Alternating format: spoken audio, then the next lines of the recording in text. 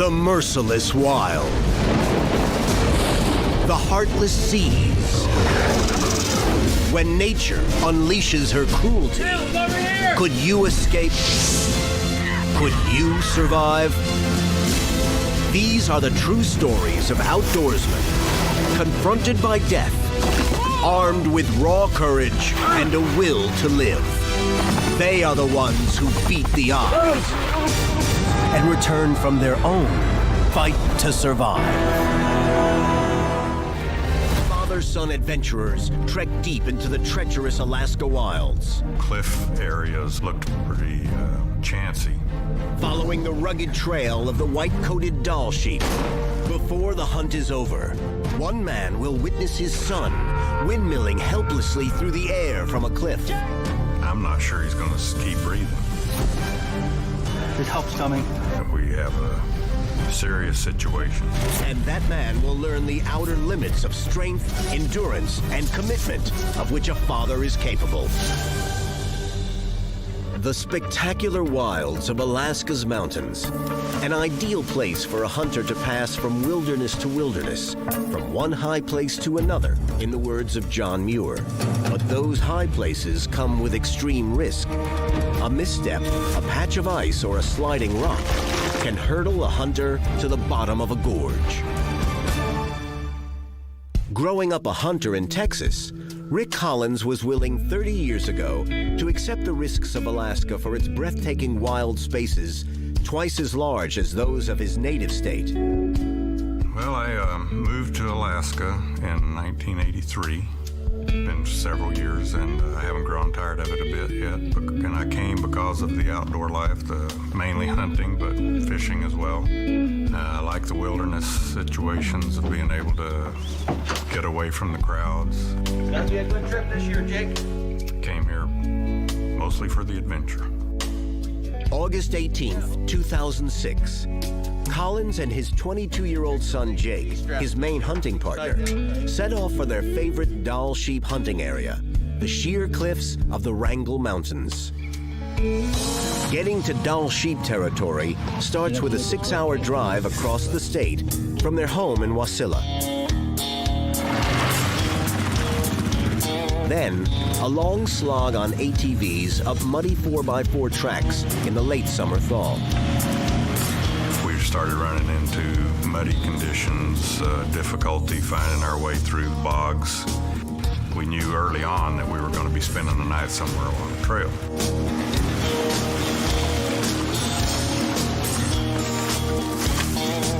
That ought to do, Jake. You got them covered up. When they have to leave their ATVs, they conceal them to prevent bears from destroying them.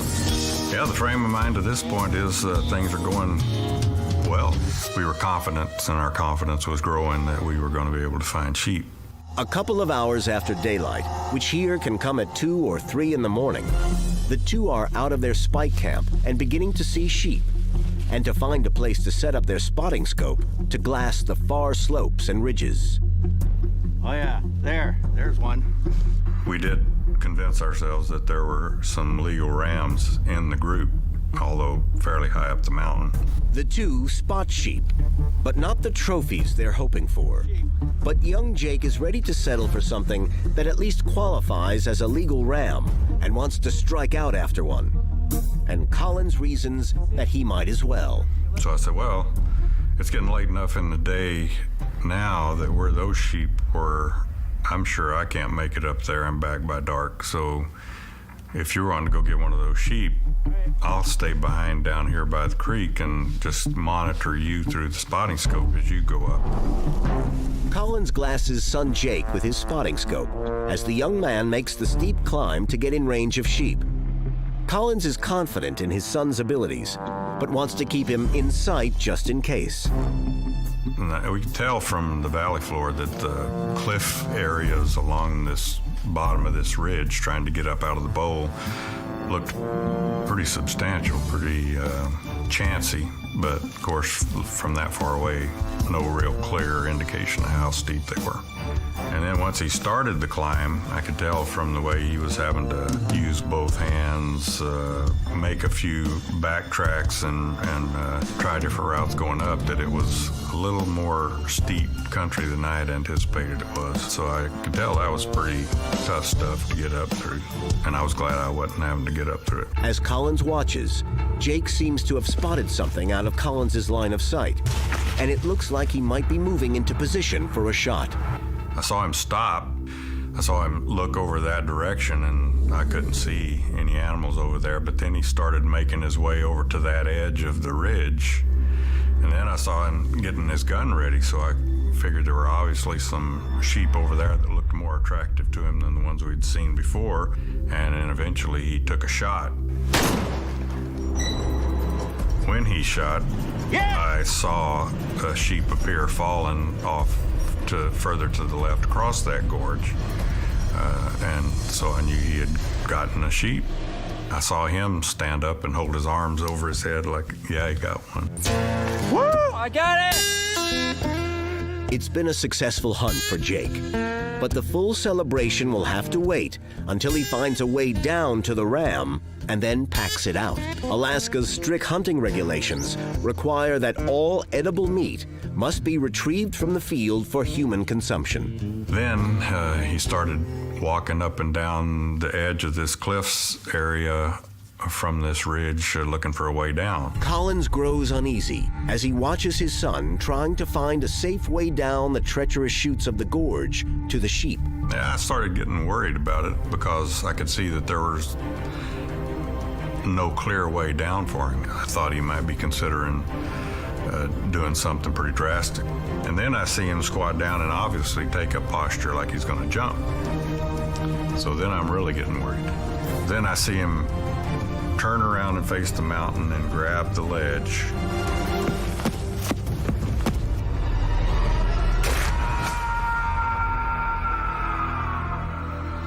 His hand slipped off the ledge and he falls over backwards and disappears out of my sight.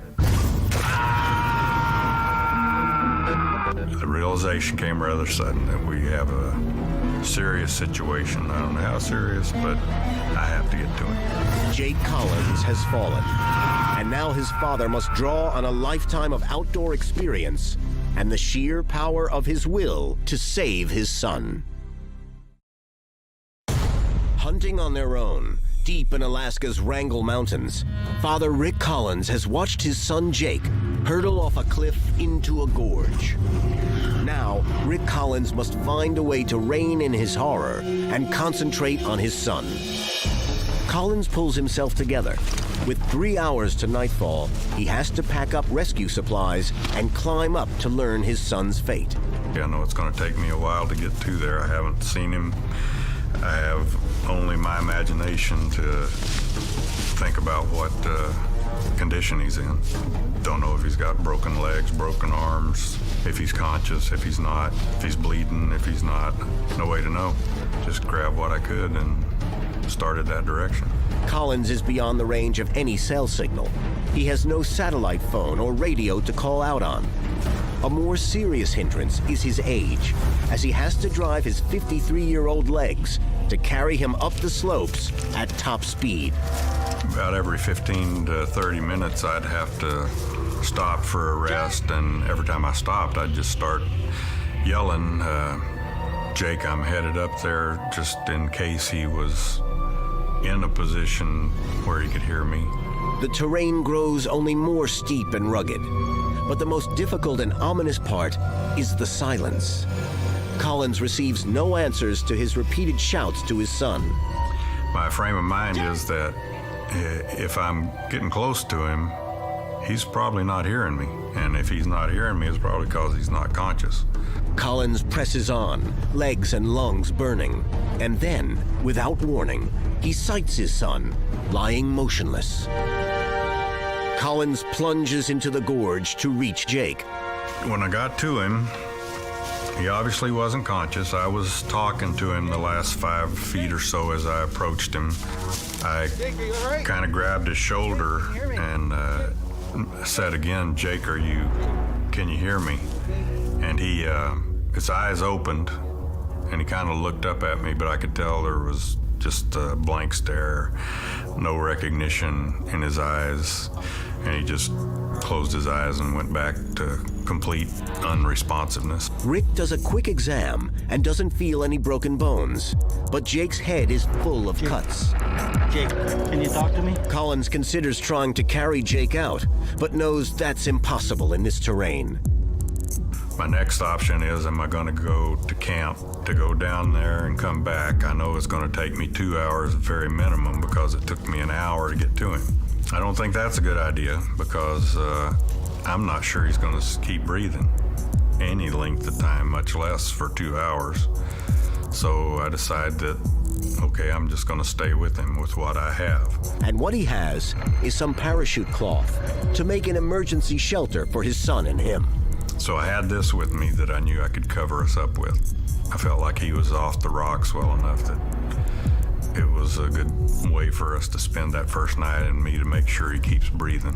Collins beds down for the night beside Jake under the parachute cloth, sharing his body warmth and making sure his unconscious son continues breathing. Collins has to fight the gusting frigid wind all night, but in the late hours, things take an even more chilling turn. Then sometime after midnight, he started having seizures where he would start to stiffen up and he would even start to kick his legs up. They would only last about a minute and then go for anywhere from 15 minutes to a half hour before he would have another one, and that continued for a couple hours. I'd say by 3 to 4 in the morning, those had stopped. Sleep is impossible for Collins as he monitors Jake's condition, and lying beside his son, he searches through the rescue options. So I'm just thinking back and forth whether I'm going to leave him in the morning or whether I'm going to stay. To some point when I know I have to leave, he hadn't stopped breathing throughout the night. So that's further confirming to me that as soon as it gets daylight, I'm going to need to cover him up as best I can and go find help, because nobody's going to find us where we are. Rick builds a rock wall to protect Jake from tumbling debris and covers his eyes to shield against scavenger birds. Collins has done all he can. Now he must abandon his son, even if only temporarily, Jake, I'm gonna if go get Jake's help. life is to be saved.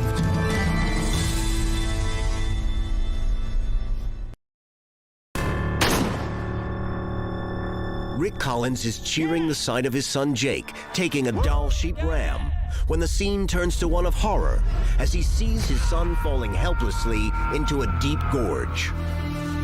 Having stayed with an unconscious Jake through the chill Alaska night, as the injured boy suffers seizures, Collins makes the agonizing decision to leave his son in order to go for help. Yeah, as you imagine, it's a major decision for me to actually turn my back on him and start to walk away. That was a very difficult thing to do. I knew that was the right thing to do. I was convinced that I had to leave him, but it took me, I think, 3 tries of actually turning around before I actually made myself keep walking away from him. Rick Collins doesn't have time to look back at Jake. He's got to move as fast as his legs can carry him back to their spike camp, then on to the ATVs in the desperate hope of finding help for his son. An hour later, he reaches their spike camp. Then 2 more hours to the ATVs. But the thawed trail onward is a swamp of mud and muck, and Collins has to winch and muscle a 4x4 out of the bog holes when it gets stuck.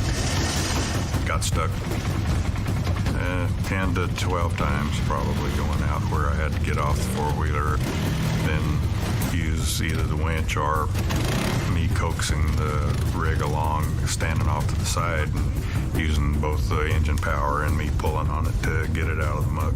Finally, Collins reaches his truck. He has a choice of a short trip to an isolated ranger station or a longer ride to an area he remembers seeing rental cabins.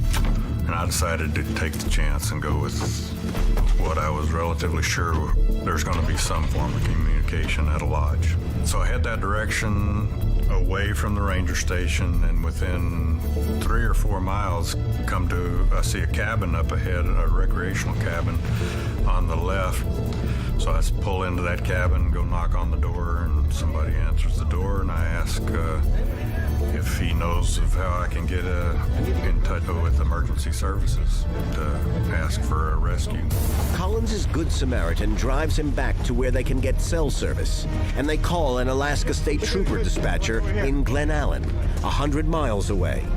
The dispatcher puts through a swift chain of calls, and a rescue helicopter is in the air from the coolest National Guard Air Force Base in Anchorage. For more than 24 hours, Jake Collins has lain unconscious after hurtling off a cliff. Now, his father boards the rescue chopper, wondering if they will find his son again before it's too late. For more than 30 grueling hours, Rick Collins has traveled muddy trails in search of help for his unconscious son. Now the rescue has gone tactical as they chopper back in high winds to try to locate the gorge in which the fallen Jake Collins lies. They gave me a handheld laser light and asked me to point towards the gorge I recognized as the one Jake was in. The terrain around Jake is too tough for a cable rescue. So Rick Collins and the two-man rescue team must bail out of the helicopter and reach Jake on foot. So they decided then that the two parajumpers and myself were going to have to get out of the helicopter and hike back to where he was, and then carry him out to a location where he could be retrieved by the cable hoist. Collins worries that a critical hour has now been added to the rescue effort for his son. Collins presses uphill as fast as he can. But fortunately, one of the parajumpers with him, Red Reddington, takes off at top speed and outraces Collins up the slope. I think I hear him. He's just over the top. That was Red, took off in the lead and made his way up, and he was the first one to reach Jake and heard him breathing against the tarp actually before he got to where you could see him. Jake! Jake, can you hear me? Jake! So I probably got up to him 15 minutes or so after he got to him, and he was still in the process of getting the tarp ripped away and evaluating his condition when we got there. But, well, I know he's still alive then, so that was a real relief to hear that he was alive. And as I got up there, I just sat down by Jake as they worked on him and told him I was glad he hung on. Collins' words are for an unconscious Jake. The young man feels cold to the touch, his breathing labored, and his pulse feeble. Yet he is alive. The three men place him on a canvas litter and begin the rush down the slope, back to where the chopper can reach them. Anchorage Life Flight, 44K32. We're ready for cable. Please lower. It's full throttle to Providence Medical Center in Anchorage. Jake is barely alive, and he's fallen into a coma. It doesn't look good.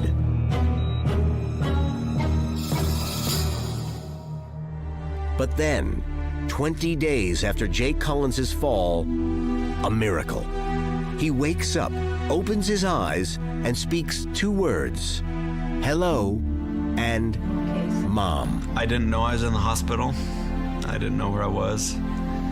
And I guess I don't know if it was normal or expected, but my senses seem to not be capable of being alert all at the same time. I have a few spotty memories. I can't see anything, but I can hear people talking to me. So I don't know if my eyes were closed. Maybe my vision sense just wasn't working yet. I don't know. I had a traumatic brain injury from the accident, and the part of my brain that was most affected was not what I refer to as the academic side of my brain. It was the motor part of my brain. I couldn't stand. I couldn't communicate very well. It was like being a baby all over again. I was completely helpless. I had to relearn all the functions of being a self-sustaining individual. Doctors tell Jake a full recovery will take more than 10 years.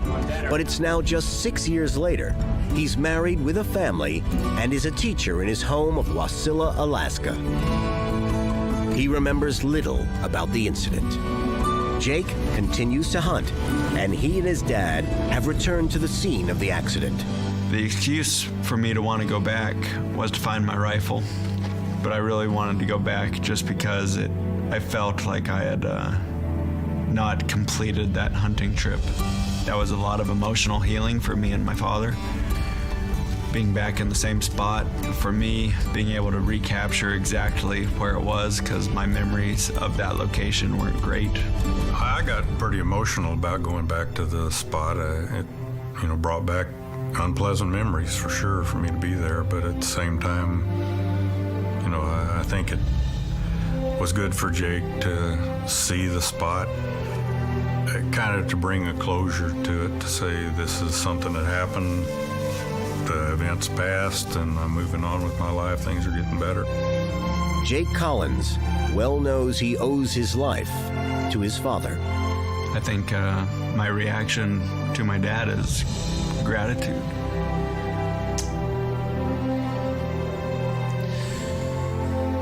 Fight to survive. I'm Craig DiMartino. Nathan Holcomb was enjoying an afternoon of bow hunting from his tree stand when the next thing he knew, he was lying on the ground looking up through a haze of confusion, his body racked with pain. It's exactly what I experienced when I fell during my own rock climbing accident. How quickly life can change. How quickly you find yourself fighting for your life. Nathan Holcomb was born a jock. Throughout his school years, he made every team he tried out for. But baseball and then softball were the sports he really excelled in. Nathan was so good, he was spotted by scouts and invited to play professional travel softball.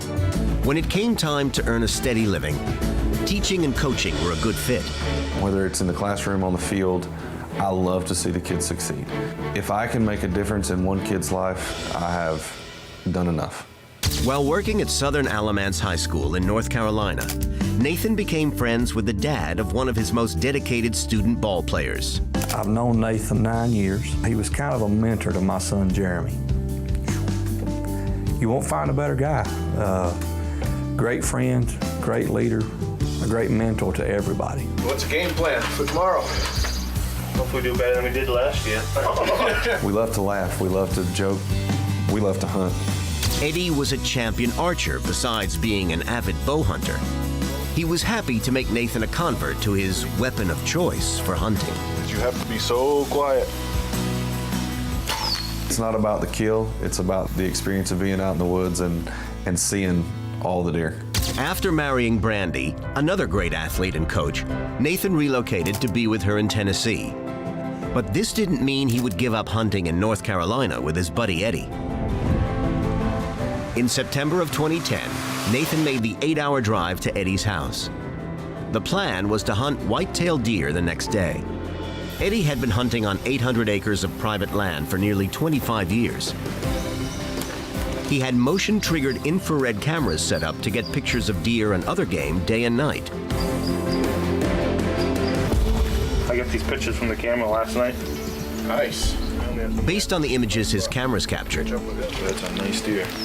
he had strategically set up a dozen tree stands. Yeah. All set. Let's go. We got up early to go out hunting the next morning. Should be pretty nice up there. It's kind of funny, we all draw straws to pick where we want to go. There's so many places, knowing that I may not be able to come back anytime soon, they let me pick first. Get up close to it, probably within a quarter mile or something. Yep. Quarter mile's not that far to walk. They drove to the edge of a field roughly a quarter of a mile away from the tree stands. We always say that the peak hunting is 30 minutes after daylight. And so we like to get there, maybe 30 minutes before the daylight breaks so that everything can kind of settle down a little bit. Deer can smell human scent up to a half mile away, let alone the exhaust from a car or truck. They didn't want to scare any off. After hooking in, sitting down, and hanging up his gear, Nathan began the hunter's vigil. He texted Eddie to see what was literally going on in his neck of the woods. The response was not much. It was going to be one of those hot September days when the heat, mosquitoes, and inactivity would drive them out of the woods by 10 in the morning. You get bored. If you get in a stand an hour before daylight and it doesn't get daylight till 6 o'clock, your rear end gets sore if you sit there so long. They went back to Eddie's to get a bite to eat and kill some time before heading out again in the late afternoon. Between watching the football game and both of us dozing, it got to be later than we wanted it to be, and we rushed out of the house. A little behind schedule. We always keep our clothes in a tub that were unscented, and I'd never seen Nathan hunt without a harness on. Never, not one time. And he left his harness laying on top of his tub. I literally walked right past it that day.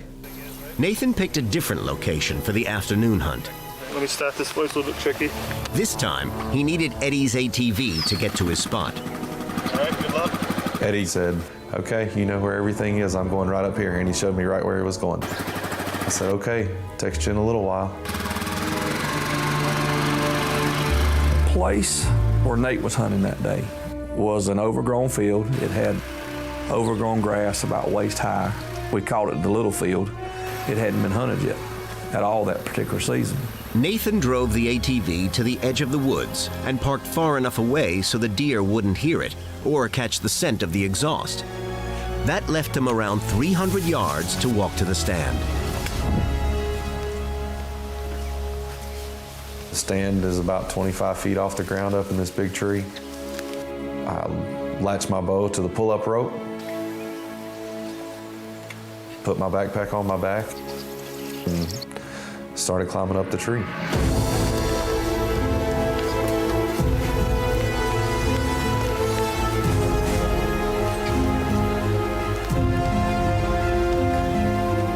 After getting settled on the stand, Nathan hung up his backpack and pulled up his bow. Then he knocked an arrow and put his release on his hand. Finally, he sat back and texted his wife and then Eddie to check in and say he was A-OK. After I put the phone away, I remember seeing myself start to go forward.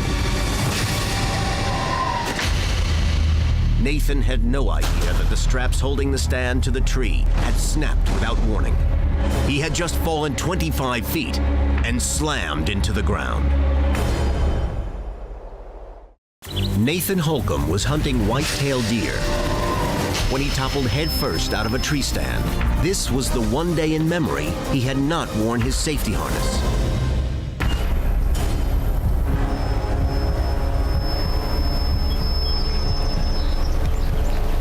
And the next thing I remember is I look up and I'm laying on the ground. He had just plummeted 25 feet into the ground, conscious but confused. Within seconds, he was jolted into a new awareness of the pain that now racked his body. It didn't really feel real. I just couldn't understand for a minute what was going on. The pain was excruciating. Blood was pouring out of his mouth. He had damage to his ribs. His right wrist was broken, and one finger was dislocated. But worse, he couldn't feel his legs. So one of the things that kind of struck me with your story was... Craig DiMartino fell 100 feet in a rock climbing accident. He was struck with the similarities of Nathan's story. When I was looking back up at the cliff, I just couldn't figure out what had just happened. And what was that like when you realized I'm on the ground looking up? I was a little bit confused, and I knew that I needed to call for help, so I started trying to reach and grab my cell phone because I knew I just had it and realized I'd left it up in my backpack. I tried to stand up 3 times because I knew I had no feeling in my legs. Were you scared? Were you panicking at that point? In the beginning, you always think the worst. Oh God, I know that it's broke. I'm going to be paralyzed from the waist down for the rest of my life. Help! Somebody help! Help! I yelled for help. I mean, that's what you do if you're in trouble, right? You yell for help, for somebody to help you. Right. I knew the closest person was Eddie, and he was a mile away. Right. There was no chance he was going to hear me yelling for help.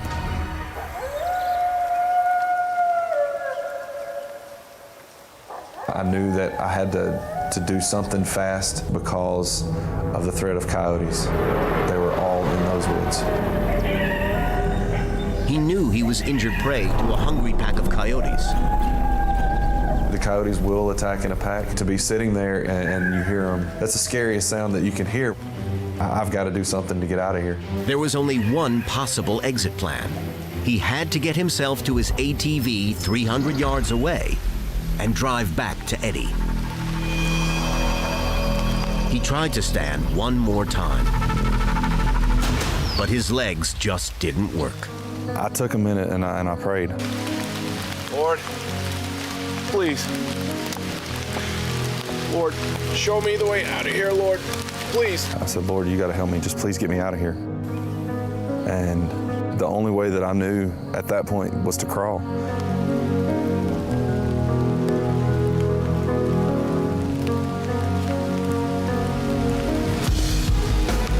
Rolled over on my belly, used my elbows, and I crawled like an army.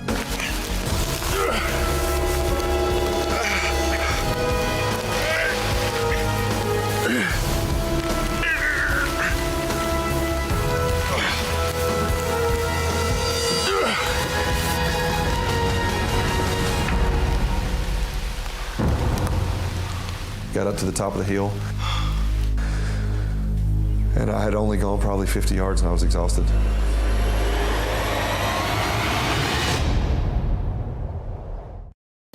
Nathan Holcomb has just crawled with a broken back 50 yards. He's exhausted and in blinding pain, and still needs to crawl 250 more in order to reach his ATV. His hunting buddy Eddie has no idea Nathan was seriously injured by a fall.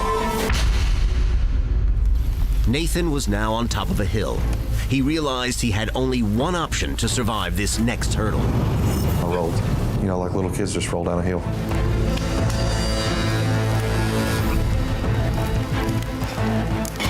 I get down to the bottom, and at this point, I'm in pain, but adrenaline has taken over. Angels took over, something took over, because I should not be able to move with the amount of pain that I'm in. The amount of blood that I've got coming out of my mouth is unbelievable.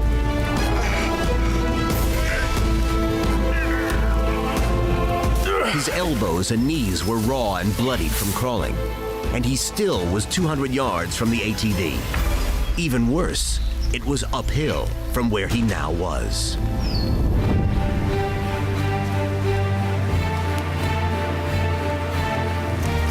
I start trying to go, and I start sliding back down. To his left, he saw young saplings. Using them like rungs of a ladder, he pulled himself up the hill, 3 to 4 feet at a time, only using his good arm.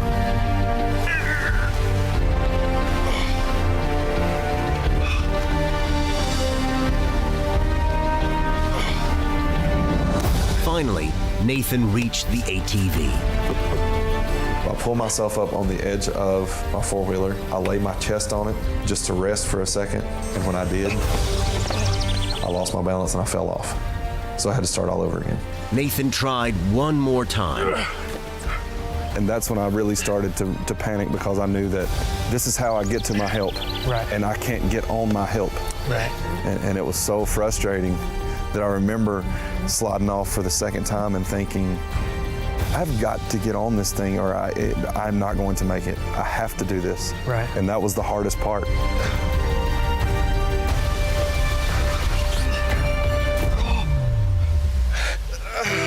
Nathan maneuvered himself into the driver's seat. Luckily, he had left the keys in the ignition. Now he needs to get to Eddie. I pull it in gear and back up to go back around this field to go where he's at. He's about a mile from me. I take off around that field. Four-wheeler trails are not smooth by any means. I'm feeling every bump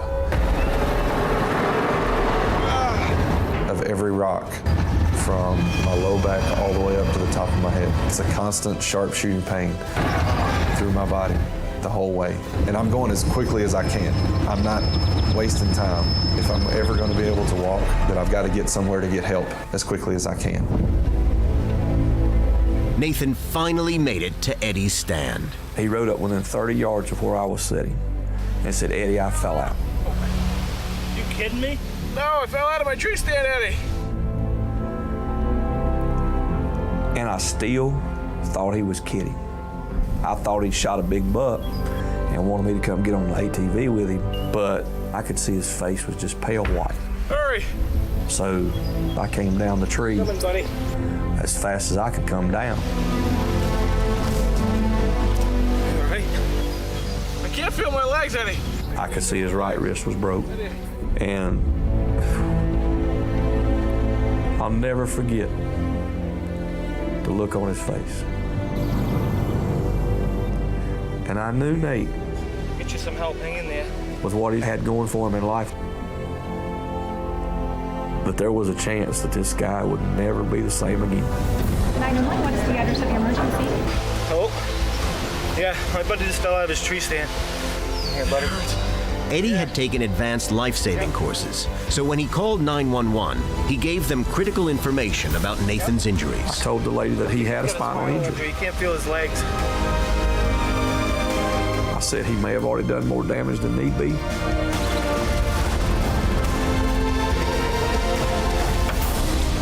Eddie put the seat back in his truck and dragged Nathan to it 1 foot at a time.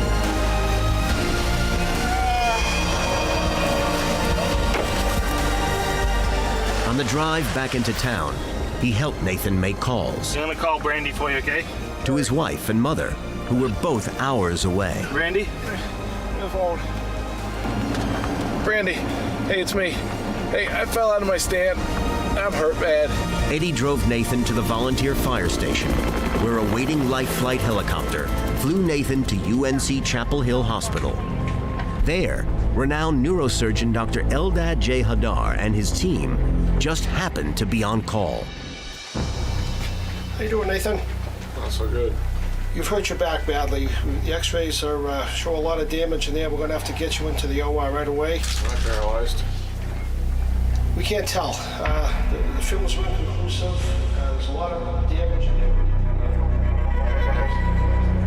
When the doctor gave Nathan the prognosis, Nathan had the most hollow eyes I've ever seen on anybody. And that's when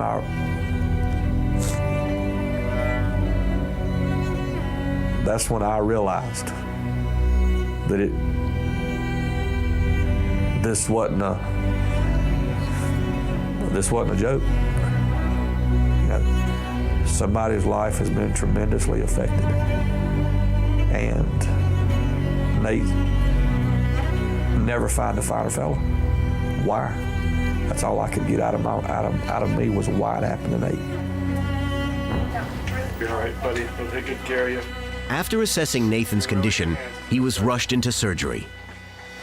By the time Nathan was out of the 6 hours of surgery, his family had gathered at the hospital. Nathan, how you doing? You awake yet? Just want to let you know, surgery went well, okay? But at this point, I'm not sure if you're going to walk or run again. The doctor tells me, he says, surgery went great, but I'm not going to guarantee you will ever walk again. I'm not going to guarantee you'll ever run. And I said, and that's good news? I was scared. I was scared. Right. I've always been able to do whatever I wanted to do. This cannot be happening to me. I realized that, yes, this has happened, and now we have to figure out how to get over this. Right. We're going to make this happen. I'm not going to not walk again. Before his paralyzing accident, Nathan Holcomb had only been married for a month. Surgery had gone well. But at this point, I'm not sure if you're going to walk or run again. Now this new husband, teacher, and professional athlete faced an uncertain future. Craig DiMartino recalls with Nathan what it was like to talk to their wives after their accidents. One of the hardest things for me was talking to Cindy. When you saw Brandy for that first time, what was going through your mind? You know, I told her she didn't sign up for this. Oh, yeah. You know? Yeah. Right. Why should my new wife have to push me around in a wheelchair for the rest of my life? How fair is that? I really didn't know what to say, but I'm so glad you're here. And what was her reaction when you said it? I'm not going anywhere. Right. What do you think it's done for your marriage? We spent a month out of the first 2 months of our marriage in the hospital. It made us so much stronger. Right. You never really know somebody until you go through something like this. A week into rehab, the feeling started coming back into Nathan's legs. 4 weeks later, he walked out, aided by a walker, and began a period of outpatient physical therapy. What was it like for you? Was it just this demoralizing grind? I mean, for me, it was really, really hard and humbling. What was it like for you? We're going to teach you to do all these things all over again, just like you're a baby. Right. We're going to teach you to take your first step again. They had to teach me to stand up. I'm 260 pounds of athlete. There's zero chance I should be in here right now. But boy, did they put me through the ringer and put me to work. 8 months after Nathan's surgery, he was able to suit up and play ball in a local game. It was kind of like a baby taking his first steps. I was so nervous. There you go. And I hit a home run. That's kind of when all the emotion kind of caught up with me. Nathan still hunts. He had some good luck on his first outing back in the woods with Eddie. Being the hunter that he is, he had a 5-pointer come in that day. And he said, "Hey man, I've got a 5-pointer out here." I said, "No way." I said, "How long has it been since you shot a deer?" He said, "Oh, I'm not gonna shoot that, it's too little." He said, "I just enjoy the hunt." Hey, we're gonna pray. Can you close your eyes? If it weren't for God, the power of prayer, Thank you, God, for the food. Amen. I'll tell you right now, he wouldn't be walking. He wouldn't be putting one foot in front of the other. He would have to be holding his kids while riding in a wheelchair. Nathan, too, has no doubt how he survived his fall and recovery. God played the part in me getting out of those woods. You know, there was nothing that I would have been able to do by myself. None. I can honestly say that, yes, he was the whole reason that I was able to get out.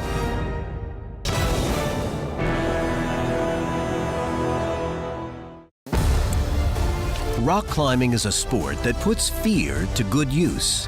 Fear brings focus. For avid climbers, clearing their minds of distractions is a life-saving imperative. The risks and the rewards are tremendous. Scaling 1,000 feet brings an unparalleled sense of freedom and personal accomplishment, and the views aren't half bad either. I went to a bachelor party of a really good friend of mine, and he said, "Look, instead of going to a strip bar, we're gonna go to this rock climbing place outside and just give it a go." Growing up in eastern Pennsylvania, the outdoors was a big part of Craig DiMartino's boyhood. But Craig had never tried rock climbing. Kind of thought I was afraid of heights, and I wasn't sure about that, and so when I tied in that very first time, I had this nervousness, but this anticipation of this is something cool, I want to see what this is about.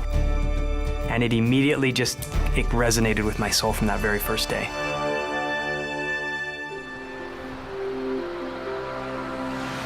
Before long, Craig was climbing constantly. Climbing put Craig in a position to explore his other passion, photography. You're in these weird areas where not a lot of people can be, so you start taking pictures, and those two things integrate really well. After a few years of scaling the scrappy cliffs and crags of eastern Pennsylvania, Craig felt ready for bigger challenges and grander vistas. I packed my stuff up, moved to Colorado so that I could climb more and just be in the mountains. In Fort Collins, Craig met Cindy, and the two hit it off. I love being outside with my friends and my family, and I love the movement and challenge that climbing presents for me.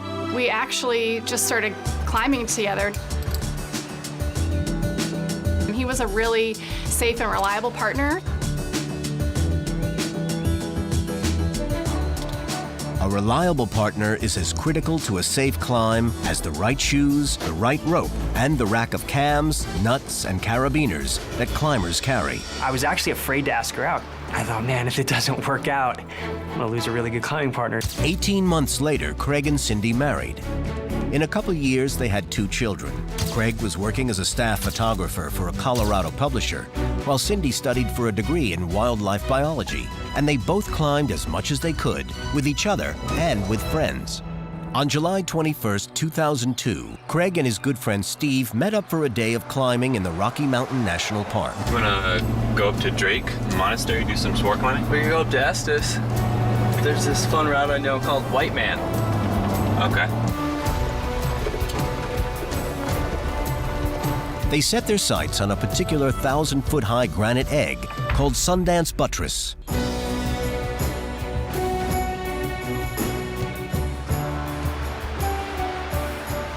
Steve and I decided that I would go first. I would lead the climb. That's it? Yeah, finally. And so I'm gonna put the gear in. Climbs are rated on a scale of difficulty called the Yosemite Decimal System. So you ready to lead it? This route is 511C. I'll know when I'm on it, huh? So it has a difficulty rating, and then it has a rating for putting gear in. It's a 511C, but then it's an R, which means it's a very serious climb, which means it's hard to put gear into. You're gonna have to really look around. The old days, they used to pound pitons in. Now we use cams. They cam against the rock, and so the rope is running into these devices as you're going up the rock. Knowing where to place the cams is critical. A climber must judge the distance up against the length of rope out. If he climbs 10 feet above the cam and he falls, it will be 20 feet down. If I fall 20 feet, now you have to assess, what am I gonna hit? Is that piece gonna stay in the rock? If it pulls, where am I gonna go to? Craig began his zigzag across the rock. The granite face was fairly smooth, with only a few narrow cracks and folds for wedging in the small safety gear. This climb, for probably 50 feet, was all small gear. Climbers don't like small gear, we like big gear. Small gear tends to pull out. Craig headed toward the first anchor bolt, a steel pin at nearly 100 feet. Getting to that safe spot required a tricky maneuver called a traverse. When you traverse, you always run that risk of doing a pendulum. When you swing from this point, you're gonna hit wherever you left. Steve is down below, holding on to the safety rope tied into Craig's harness. Once I was at the anchor, you get that, okay, I'm still alive and happy. Craig clipped the harness into the anchor bolt. I'm at this anchor that is 100 feet off the ground, basically a 10-story office building. Off belay! Okay, nice job! Belay's off! The climber's sight line was blocked by the cliff. Now, I'm safe. I'm clipped into the rock. The route is over for me, and I'm ready to be lowered to the ground. Craig shouted down to Steve. No, you! Okay! I unclipped my harness and just sat back. The rope was unsecured. I am really picking up a lot of speed. No! Craig hits a tree that stands him upright. I'm going the whole way. He's plowed into the ground at about 50 miles per hour. In the lingo of climbers, Craig has just cratered. I couldn't get my head around the fact that I was on the ground. And not that I was hurt, but just that I was on the ground where I shouldn't be. I should be, 100 feet in the air, and then suddenly the pain hit like a freight train. Steve rushed over to find his friend in a pool of blood. Stay with me, Craig. You're gonna be okay. Let me support your head a little bit. Shattered bones sticking out from all over his legs. You're gonna be okay, Craig.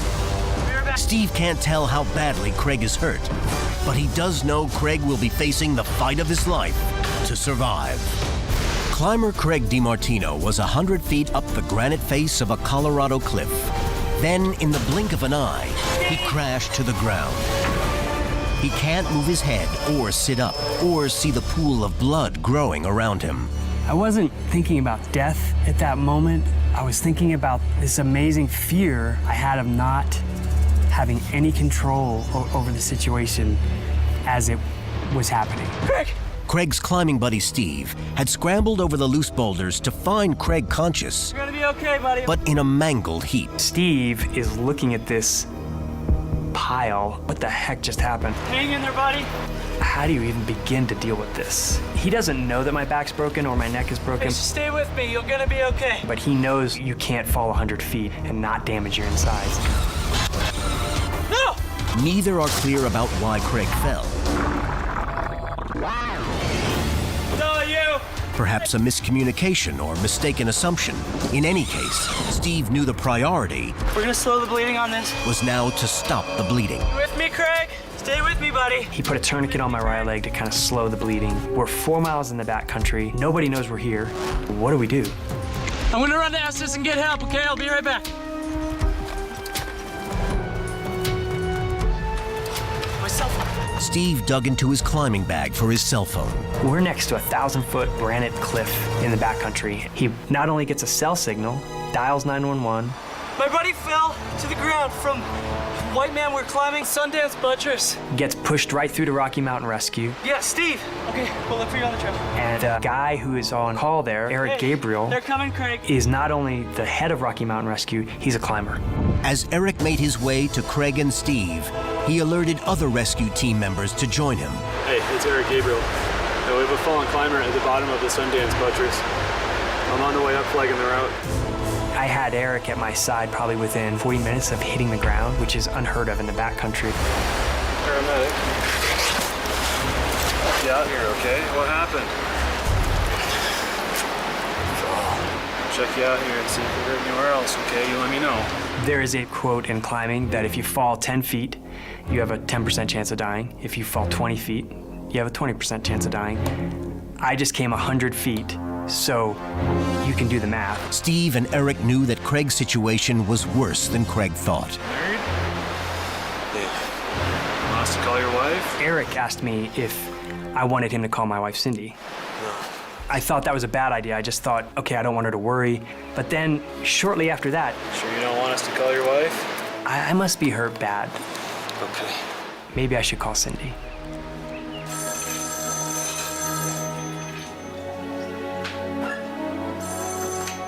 Cindy? Hello? It's Steve. Oh, hi, Steve. Steve said that Craig had taken a fall. What happened? And that he had broken his ankles. No, he's gonna be okay. And I thought that he had just fallen to the end of the rope and maybe hit his feet on the, on the face. I'm on my way. So I didn't know that Craig had actually hit the ground. And I didn't go beyond that in my head. I just wanted to get there and see for myself. Eric did his best to stabilize Craig's injuries and packaged him for a difficult, bumpy rescue You'll be okay, Craig. called a carryout. The rescue team prepared an elaborate system of ropes and pulleys to move Craig down the mountain quickly and safely. When I first saw Craig, I didn't know how badly injured he was. Eric pretty much said to me, you can talk to Craig, but make it quick. I went up to Craig and I said, I love you and I'm right here, but I'm gonna step out of the way because I want these guys to get you out of here. She's looking at me and realizing my husband can die. And I'm looking at her, and that suddenly became very clear that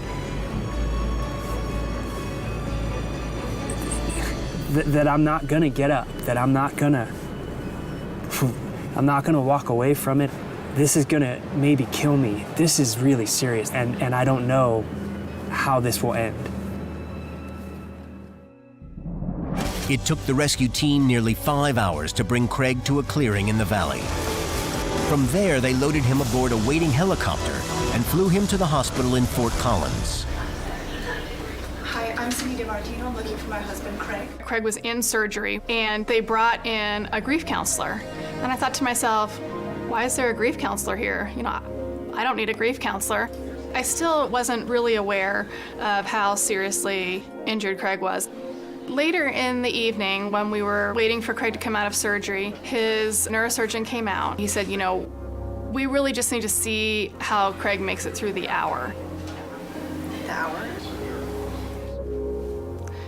He wasn't expecting Craig to make it.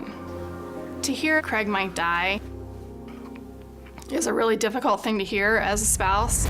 Craig's neck was broken clean through. Broken ribs punctured his lung. His back was broken, and pieces of his shattered vertebra lodged in his spinal canal. He had a large hematoma in his chest and contusions on his kidneys, liver, and heart. With bolts, rods, and pins, surgeons do what they can. His feet and ankles were shattered.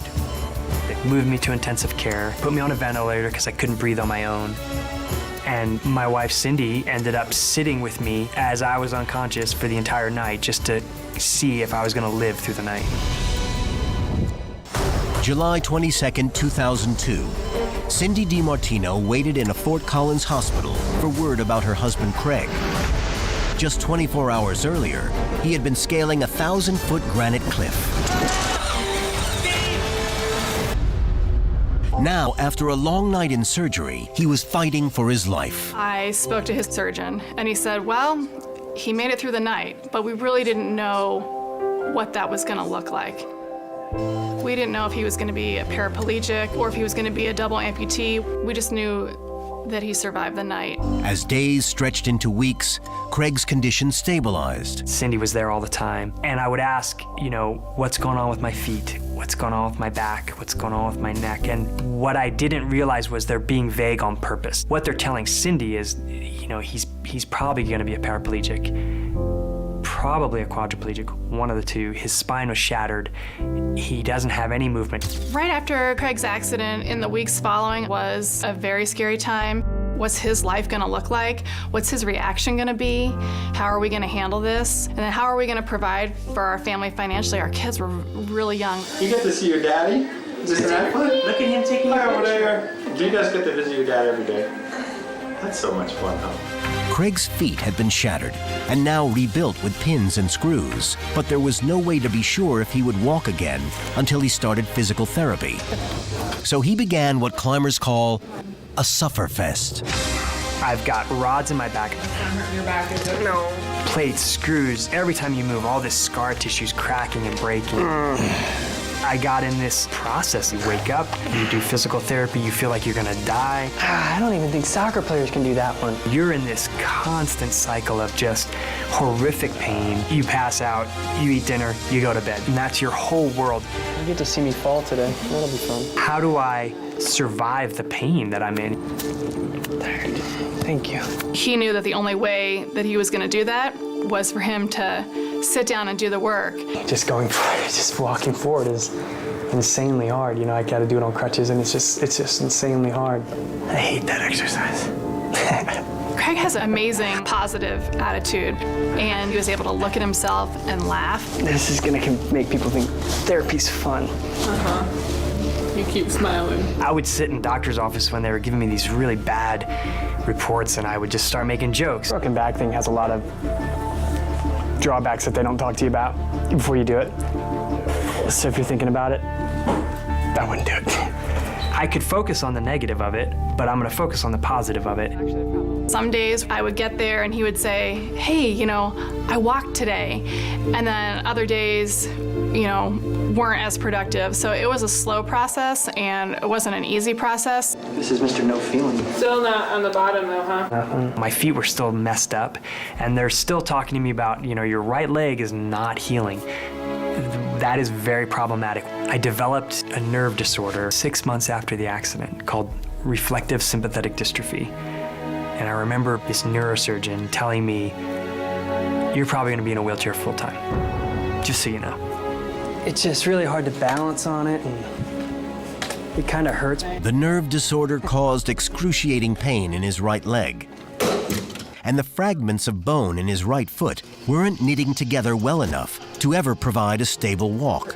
It seemed like Craig was destined for a wheelchair. He didn't want to sit on the couch for the rest of his life. He wanted to be out taking pictures and doing his job and feeling like a person who's contributing to society. He wanted to live his life.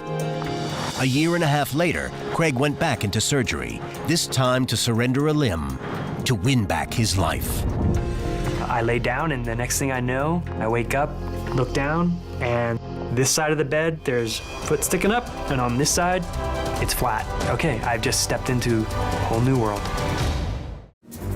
That's not hurting your back, is it? No. Craig DiMartino fought hard to survive a near-fatal climbing accident. No! He even gave up a leg in the hope of being able to once again pursue his passion. They fit you with a prosthesis, and the first prosthesis is extremely painful. You have to learn a new center of balance because your body is made so that it's perfectly in balance. Well, all of a sudden you cut a leg off, now you're out of balance. But a normal prosthetic foot just isn't designed for Craig's lifestyle. To figure what's best for him, Craig went to Joe Johnston of Quorum Prosthetics. It does it, it's one, exactly. It does it, it's just not. So how much are you gonna cut off of that? I'm probably gonna take about a ½ inch off both sides. Joe designed an effective walking foot. Everybody thinks carbon fiber is indestructible, but it's not. And worked on early prototypes of a climbing model. Craig then called on the TRS company to build him a prosthetic foot crafted to endure the rigors of climbing, while Evolve developed a special climbing shoe. The man-made foot functioned well in the lab, but before it could prove its worth in a real climb, Craig himself needed to prove something first. His chance came on a camping trip as he helped his young daughter finish a climb. I was belaying Maya, and as I lowered her back to the ground, she just very innocently looked at me and said, "Are you gonna climb?" He was like, I don't know. You know, kind of put the seed in his mind, and he thought, yeah, I'm gonna climb this too. I was terrified. Every move was just pure, I'm gonna die. The rope's gonna explode, this cliff's gonna tip over. I mean, all these things are running through your head, and I get to the anchor, which was like what I had fallen from. The last thing I had seen at a climbing area was something very similar to that. And I'm looking at this anchor going, oh man, this is not where I wanna be. I just sat there and I wouldn't let go. You know, 10 minutes later, probably, I'm thinking to myself, well, it was nice to tie in again. It was nice to be moving again, and that process just repeated itself over the next year. Craig continued to rebuild his confidence and hone his skills with the prosthetic foot. Then in June of 2006, 4 years after his accident, Craig gets a remarkable invite from a legend in the world of climbers, Hans Florian. He said, well, look, why don't you come out to the valley, that's what climbers call Yosemite, and we'll climb El Cap together. And that's like going to play basketball with Michael Jordan. As an afterthought, he's like, and you should do it in a day because no amputees have done it in a day. And I was like, okay. El Cap, El Capitan, a 3,100-foot vertical wall and one of the longest rock climbs in North America. El Cap is the yardstick by which climbers measure themselves. I was thrilled that he wanted to do it, and I was thrilled that he was gonna have the opportunity to go try again. But then on the other hand, I was a little scared. To complete the climb in one day, Hans and Craig must start before sunrise. I was thinking, oh man, this might have been a mistake. But then once we started climbing and moving, you're just doing the process and enjoying it. People who were disabled were looking at him going, who's this disabled guy who's climbing El Cap? When I completed that climb in 14 hours, that made me the first amputee to ever climb El Capitan in a day. Okay, so if we could do that, if I could finish that, what else does this look like?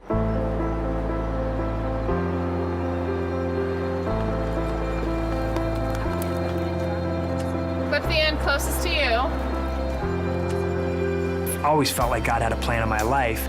All of a sudden, it was just very obvious that this plan was unfolding, and I just had to kind of step through the doors that were open for me. For me, my attitude towards the accident has always been, it is a big, defining piece of me, but it is not who I am, and I don't ever want it to be. Fight to survive. Hi, I'm Craig DiMartino. Here's a question. If you were badly injured, would you have the knowledge and the guts to work through the pain and do whatever it takes to save your own life? Greg Hine answered that question for himself the hard way. Climbing to the summit of Mount Goddard in the Sierras was the easy part. But when a boulder came crashing down and crushed his leg, surviving for the next 6 days would challenge his emotional and physical resources to the very limits of what one man can endure.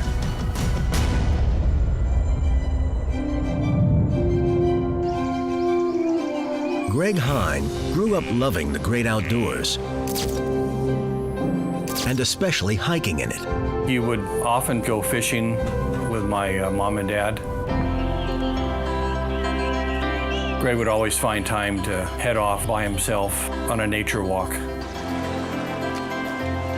And I love getting lost in the mountains too. I actually physically tried to get lost in the Sierras as much as I could.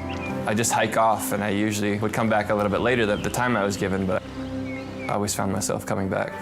Greg became a whitewater rafting guide, learned everything he could about trees and plants, and eventually majored in environmental sciences in college. Finally free from coursework, the only thing Greg wanted to do was go on a hike in the Sierras. I really hadn't been doing a lot of hiking because I was either working or back at school. So the hike 4th of July weekend was definitely a way to decompress and get in touch with the mountains again. Greg's plan was to leave on Thursday, return home on Monday. Hey Greg, where are you off to? I'm going up to Kings Canyon for the weekend, up on Goddard. Didn't outline the trip very well, which was common with Greg. That sounds like fun. When do you think you're going to be back? Monday. Basically, all we ever got to hear was, I'm headed to X, and I'll be home sometime. He might have been an expert outdoorsman and hiker, but packing for a hike was not Greg's strong suit. As typical, his manner of exit was chaos. He's running through the family room. Dad, do you know where my stove is? And I rolled my eyes and I thought, well, how in the world would I know where your stove is? I don't know where any of your gear is. Greg's destination was Kings Canyon National Park, east of Fresno, California. There he intended to climb Mount Goddard. From its summit, with an elevation of over 13,000 feet, there are views of virtually every major peak in the high Sierras. Kings Canyon is a very diverse area, lots of different topography there, over 14,000 feet in the higher portions of the Sierra Crest. Considered the baby brother of Yosemite, there are hundreds of thousands of wilderness acres in Kings Canyon. Many places within Kings Canyon National Park are very remote and also very isolated. Very few people actually make the summit of Mount Goddard in any given year. On his trek, Greg could stop at Blaney Hot Springs, camp out at Martha Lake, summit Goddard, and then check out Wanda Lake on the return before taking one last dip in the hot springs. I've been solo hiking since I was 18. I've done 200+ mile trails, and I find that the main reason why I solo hike is just because I can't find anybody to go with me on the days that I have free or that want to do the miles that I want to do. Greg got to the park late Thursday. He took his GPS and a camera, but left his guidebook and cell phone behind.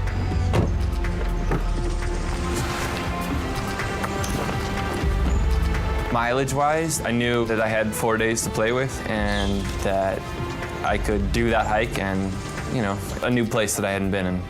He set out from Florence Lake Trailhead and hiked around 12 miles in.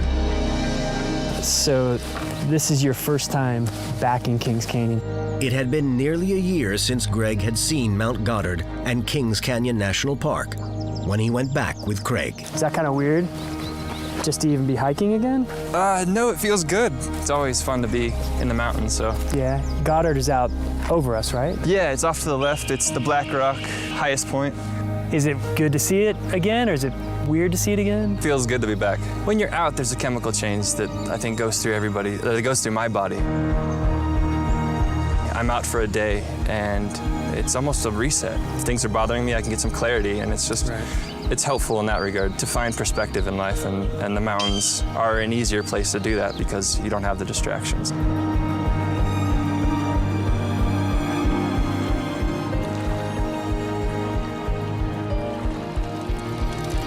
He camped out in a meadow by Blaney Hot Springs. I have a huge respect for the dangers implicit in any outdoor pursuit. And when I go to the mountains and go hiking, I try to make sure that I place the route that I'm going to do in such a way that it's a way that I can do it and not have any consequences. So far, Greg's hike was going according to his plan. Well, we had this discussion about him solo hiking a lot, and he knew very vividly, very clearly that we did not like it, did not approve of it, wished he wouldn't do it. But my son has a favorite saying, it's always, Dad, don't worry about it, things will work out. I've heard that way too many times. But on this hike, things did not work out.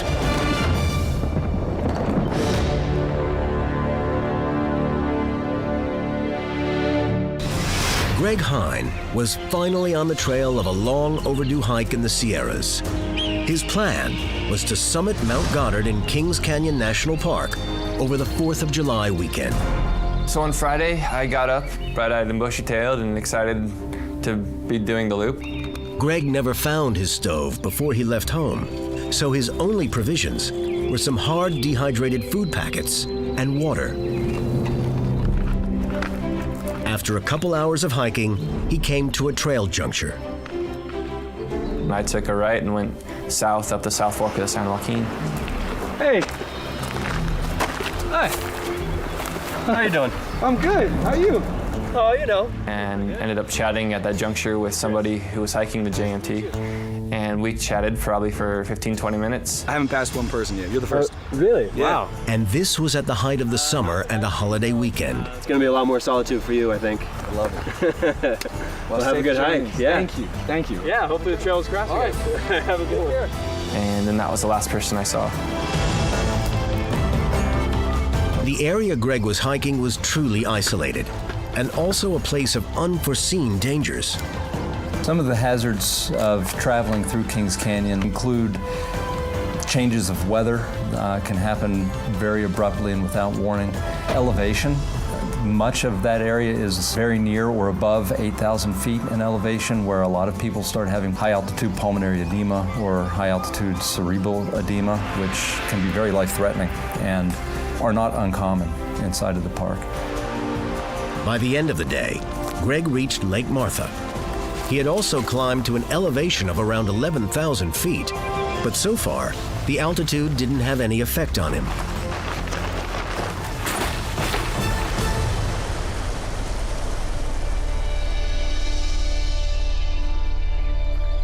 Greg's plan for Saturday was pretty straightforward.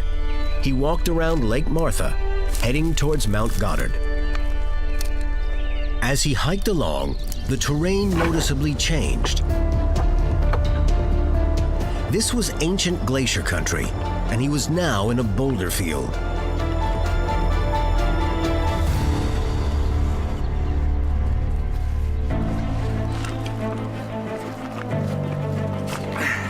Right before reaching the top of Mount Goddard, I had a snack, mainly to kind of slow myself down so that I didn't have any altitude problems. A couple years ago, I had gotten a little altitude sickness, so I kind of just wanted to check in with myself, get some water, eat some food, and I was feeling great. While he snacked, Greg took out a map and studied it. His concern was how he would come back down the mountain from the top.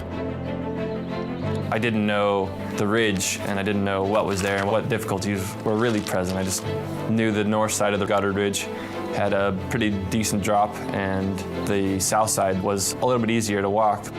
He decided to make his final decision at the summit, and he couldn't wait to get there. In his rush to pack up, he didn't realize he left his map behind.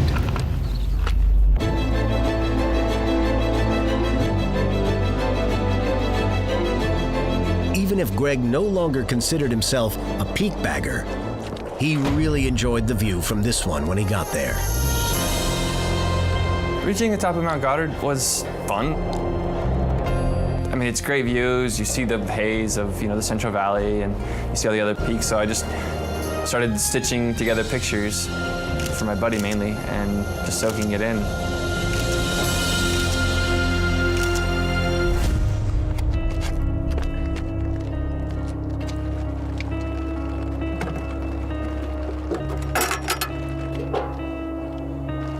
When he went to sign the summit register, he was slightly taken aback. I looked at the trail register, and there had only been 3 or 4 people who had signed it that year. That kind of was maybe my first indication that I was in a fairly remote part of the park, and I thought Mount Goddard was a much more heavily traveled peak, and my mind was shifting to how do I get off? That was still troubling me a little bit as which way I wanted to go. A steep gully filled with boulders stretched out in front of him. I didn't want to side hill through a fairly large boulder field for a few miles, so I just was looking for the least technical route down the North Ridge.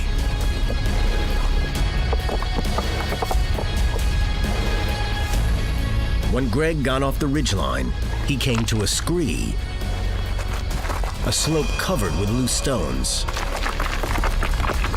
Every step when I started the initial descent was ankle-deep dirt and rocks, and so every couple steps I would stop, let the boulders flush out from underneath me, and see if there were any rocks that were let loose above me.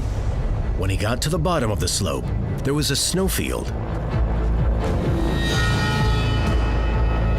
Greg thought he could slide down it and self-arrest. Stop himself if he needed to. The fear of the uncontrollable slide was in my head, so I was just kind of more or less trying to gather myself and to talk myself into being comfortable with the situation. He collected himself and started working his way down. I was making the move and I had a small rock that pulled out in my hand that I couldn't put back, so I just threw it down the mountain. To this day, I still can't figure out where the rock came from. It was a rock let loose and I saw it coming and I kind of froze and it didn't have enough speed to just fly off the ledge. It dropped straight down. Thrown off his feet by the boulder, Greg started sliding down the mountain on his backpack. Looked down, I realized there was a streak of red blood passing me on the right-hand side. I was like, okay, now I have a serious situation that's going to change the whole scope of this hike.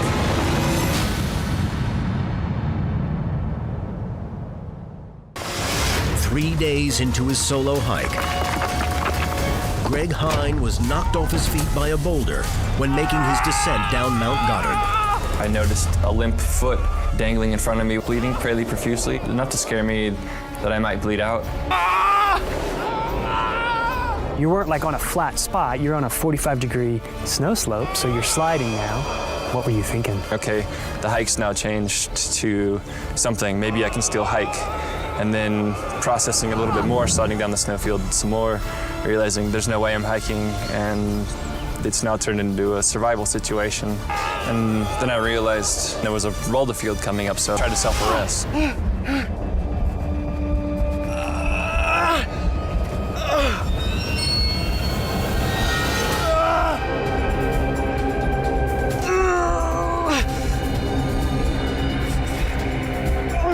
So when you finally self-arrest, you kind of know what to do in the backcountry? Well, first off, I just knew I needed to get off the snow so I didn't soak up more moisture into my clothes.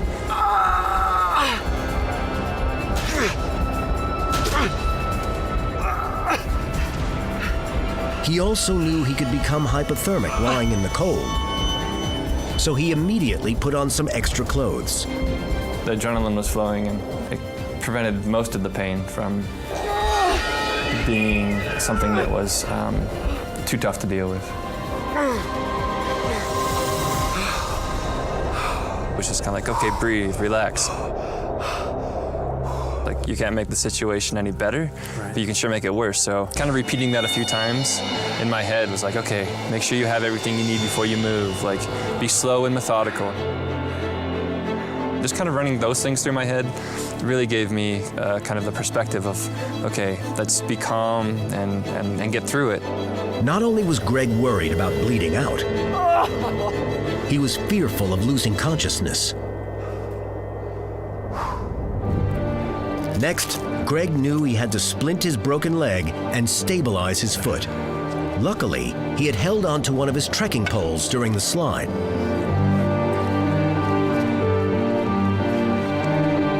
He cut off part of his thermarest pad and covered the open wound where the boulder had fractured his leg. Was the trade-off like you're thinking, okay, I might lose the leg? Was that like a quick thing? Was that like a progression for you? And were you okay with, hey, I might lose my leg here? If I can lose the leg but still survive the situation, that's a great trade. Like, right. I'll make that trade every day of the week. Right. And so that's what was occurring kind of immediately on Saturday right after the accident.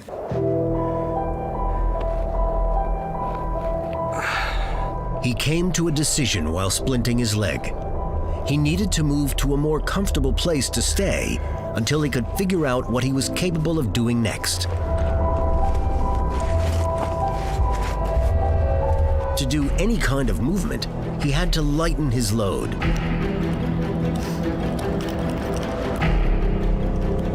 He decided to leave his sleeping bag and food and water behind.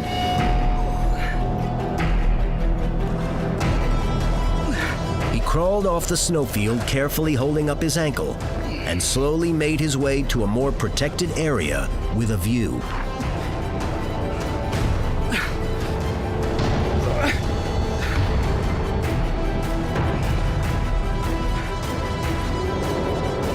I knew immediately when the accident happened that you can go 3 days without water and 3 weeks without food. So I had these in the back of my head and didn't think that I was going to be out there for 3 weeks. I actually kind of thought that I'd be rescued within the first day or two.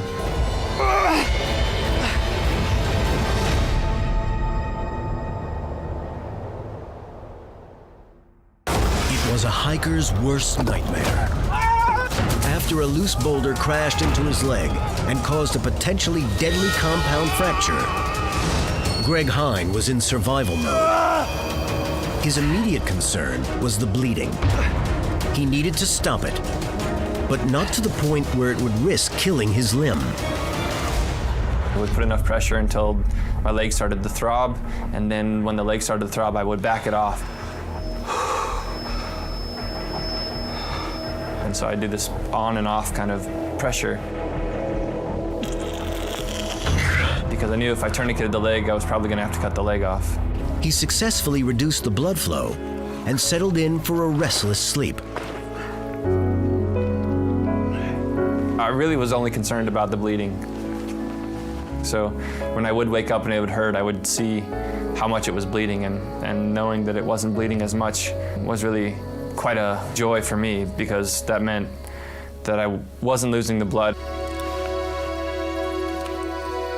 And since I wasn't going to be eating anything for the foreseeable future, that wasn't going to be too fatigued with the loss of blood. When Greg woke up Sunday morning, the reality of his situation became very clear. He wasn't even expected home till late Monday. I think Sunday morning into midday was basically what I was grasping with and kind of just internalizing, was that there's 2 days to kill now. And let's, like not move the leg, let's get as comfortable as possible.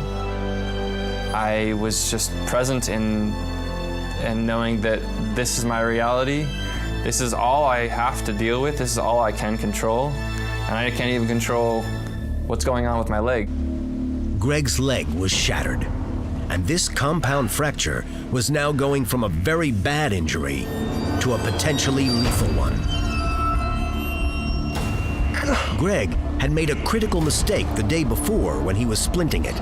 He had covered the open wound with a piece of his sleeping pad. Thermarest prevented the air from interacting with my wound, and it kind of created a moist spot from when the rock hit me.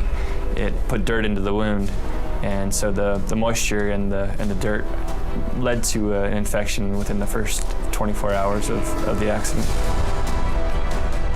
Alone in one of the most remote areas of the park, Greg knew no one would be looking for him for at least 2 more days. Every passing hour sent him hurtling towards dire consequences. Greg knew that an open fracture was a medical emergency. If not treated immediately with antibiotics and often surgery, the damage to the tissue, muscles, and nerves could be permanent. It was just make sure you don't do anything to minimize the chances for survival. The loss of Greg's leg was a very real possibility. Even worse, if the infection spread throughout his body, it could kill him.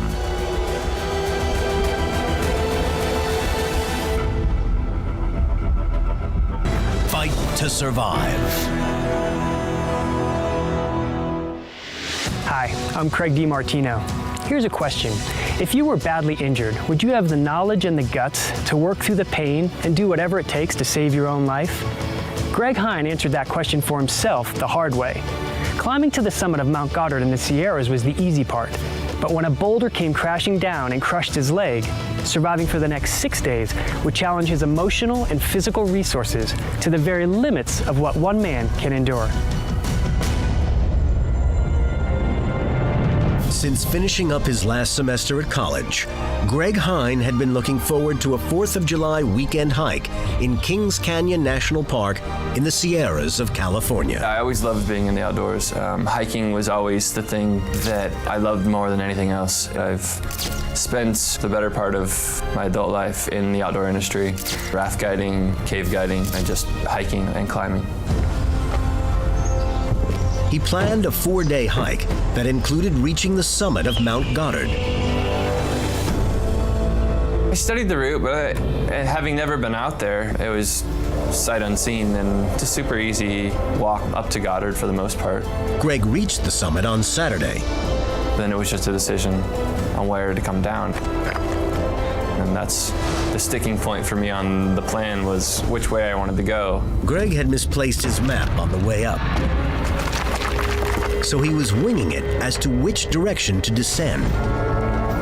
Then, as he cautiously made his way down, a huge rock pulled loose from above and crushed Greg's leg as it careened past. I never saw the rock again, but I was on my butt sliding down the mountain. I had my backpack on, so it was kind of keeping me upright.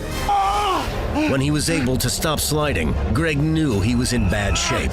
In medical terms, his leg had a compound fracture. Both his tibia and fibula bones were broken. The condition of my leg was enough to scare me, and it hurt like hell. Greg had taken wilderness first aid, so he knew how to splint his leg. He also had to slow down the bleeding. The loss of blood could lead to loss of consciousness and hypothermia. And then he would be in real trouble. But he didn't count on what happened overnight.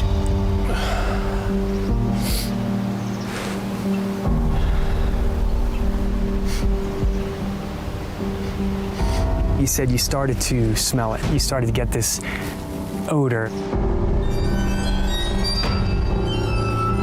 which would indicate gangrene or infection or something bad. I don't want to deal with this, but if I don't deal with this, it's going to be a lot worse for me. Right. It goes gangrene. It's really difficult to fight that. I realized that anytime I moved the leg, there was going to be trauma to the wound. There was going to be some pus or blood mixture coming out. And I luckily had a snow patch next to me, about 15, 20 feet away. Greg realized all he had to clean his wound with was snow. He hoped the cold would help cauterize it a little, and as it melted, wash out some of the bloody pus. But the snow patch was probably 15 to 20 feet away. His leg was throbbing, and he couldn't walk. The only way to get there would be to crawl, if he could manage it. A 5-minute crawl felt like an eternity. Greg brushed off the top of the snow to get to a clean layer. He used ice crystals to scour the wound. He told Craig this was an important moment in his survival effort. It's getting infected, so now I've got to start cleaning it, and it just adds something to the experience.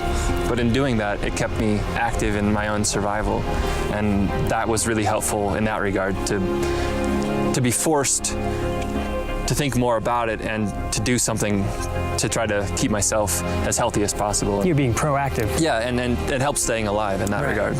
This patch of snow also became Greg's source of hydration. I did not have any food or water. I utilized the snow patch to put snow in the hood of my poncho. I would use the sun to melt the snow for water. During the day, he'd crawl away from the cold, wet snow to stay warm in the sun. Then he'd crawl back to clean his infected leg.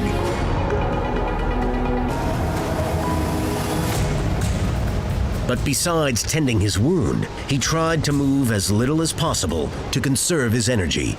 He stared out at the view and knew he was far away from any rescue. Periodically, he blew his whistle, trying to attract attention. 3 short blasts. The universal distress signal, a desperate call for help.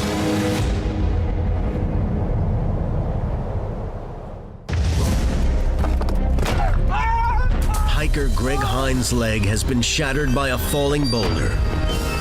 Now he's stranded in the high Sierras with an excruciating compound fracture and infection spreading rapidly through his body. With a compound fracture, the pain is at times very pronounced, but eventually my brain did shut off most of the pain that I was experiencing, so it was just something that I had to endure. His brain also did him another favor. I wasn't hungry at all.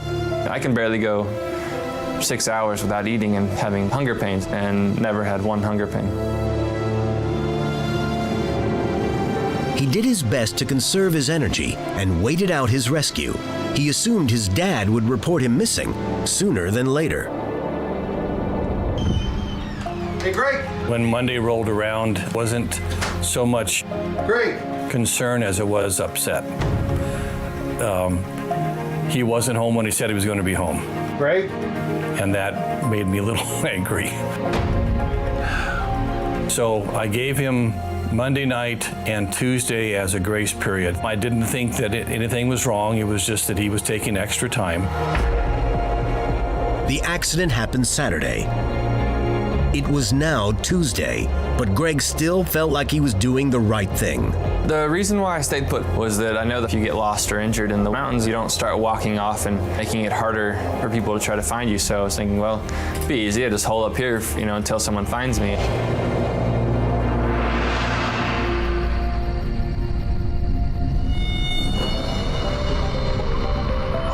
Then, a potentially deadly turn for the worse. Woke up in the middle and I kind of in agony. I couldn't flex my ankle, and so I was concerned that the leg was atrophying or the muscles or the tendons were in such bad shape that I was going to need to move.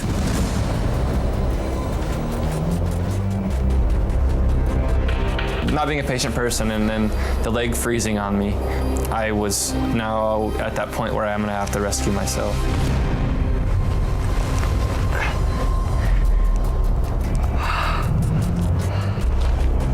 Greg decided to try to crawl down to Davis Lake in the morning, where he believed he would have a better chance of being spotted. Without his missing map, he wasn't exactly sure which direction to head. Since he would have to crawl every inch, he was going to need some guts and luck to get there.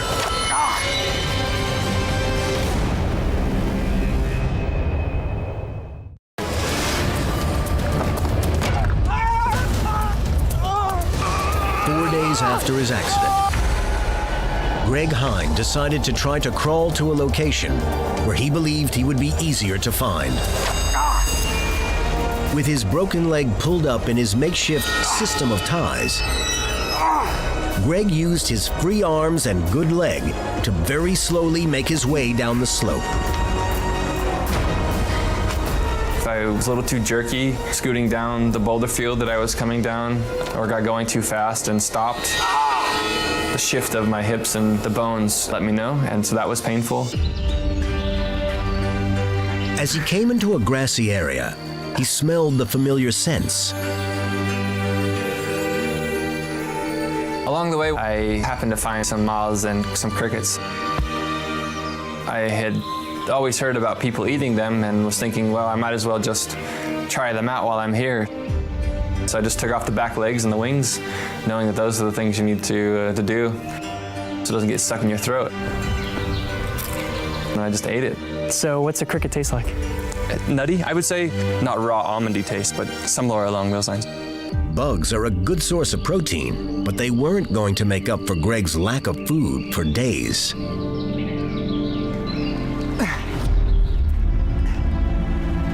It took Greg several hours to crawl 1.6 miles to the source of Lake Davis.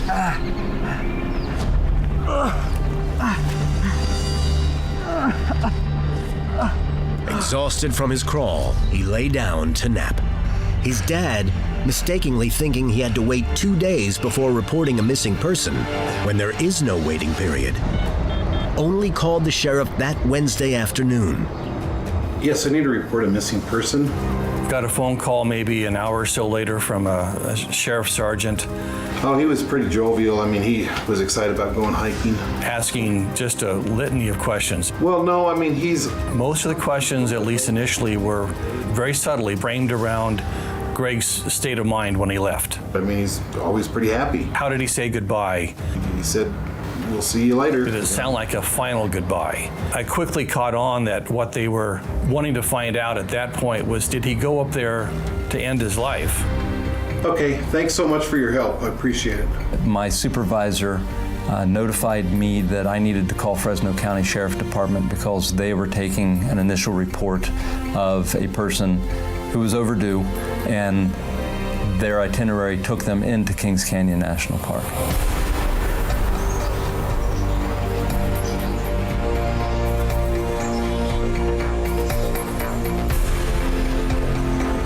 Looks like I found the vehicle. No backpack in the back seat. After speaking with Fresno County deputies, Heading back in. I learned that the vehicle was still at the trailhead of Florence Lake. Hello, this is Doug. Melanie Lloyd from the Park Service called Wednesday afternoon, probably about 4 o'clock. Yes, he was carrying a Leatherman. Asking what kind of gear Greg had taken with him. Trekking poles. Shoe pattern, whether he was armed with a knife or gun. He had enough food for the weekend. How much food he had taken with him, how much water he had taken with him. Okay, I sure appreciate your help. Again, very, very thorough. As Wednesday night rolled around, I didn't want to get melancholy and think, well, I might possibly lose my son. I had utmost confidence in him, but every once in a while some thoughts would sneak in that maybe he was hurt. While Greg's dad was having his own distressing thoughts, Greg was having his most unsettling night since the accident. You knew your sister's birthday was happening. What was going through your mind at that time? She's had some pretty traumatic experiences on her birthday, and last thing I wanted was her brother, that she's grown up with, to have died, on or near her birthday.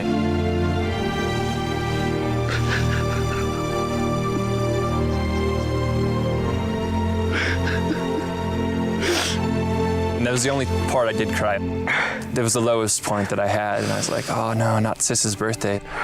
I want to survive because I want to not die on my sister's birthday, but also, I want to see loved ones and friends. And it sounds funny, but life's more beautiful. Yeah. I mean, you appreciate everything more, and to love and to be loved it means more to you. Right.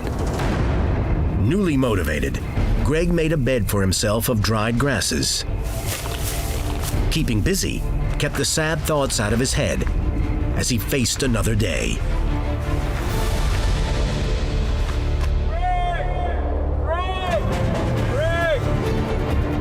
Thursday morning, 9 rescue teams were inserted into the field by helicopter. What our intention was to search certain trails that we suspected would be the most likely route that Greg Hine would have taken, and also to set up trail blocks at certain trail junctions.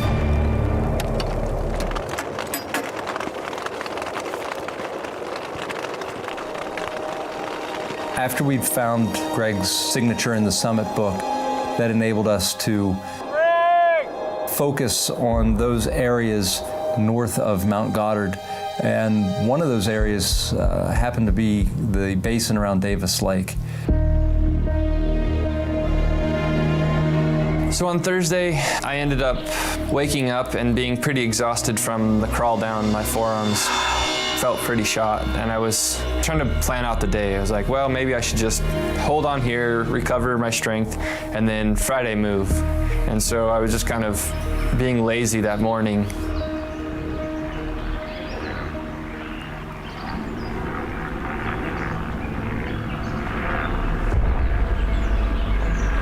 Then mid-morning, I started hearing the chopper. As soon as I heard the park's chopper, it was just how do I get noticed or recognized? At that point, I was like, oh, shoot, I should do something. So I tried to head to this rock so that I could wave this bivy sack around. I was in this limbo of trying to get a rock in my bivy sack to twirl it around, to be noticed, to throw it up in the air.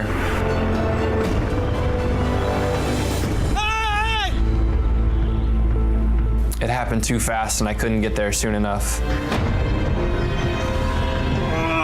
At that point, that was the first time I stood. That was pretty traumatic for the wound and painful for my leg.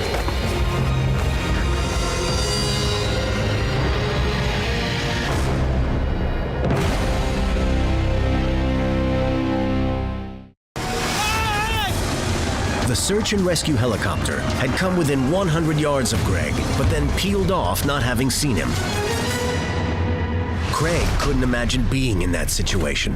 The helicopters start buzzing Mount Goddard, and you see this happening, but they're not seeing you. And to me, that would be just frustrating and soul-crushing all in one breath. The struggles and the stress of, well, they should see me. I'm visible. I'm doing all the things I can do to be found, and I still can't be found.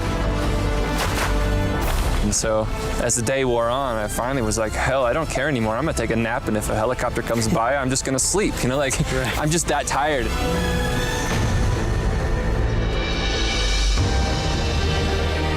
Greg didn't nap for long. He could hear helicopters throughout the day, and he would try to stand to draw their attention. I got within 200 feet of one helicopter.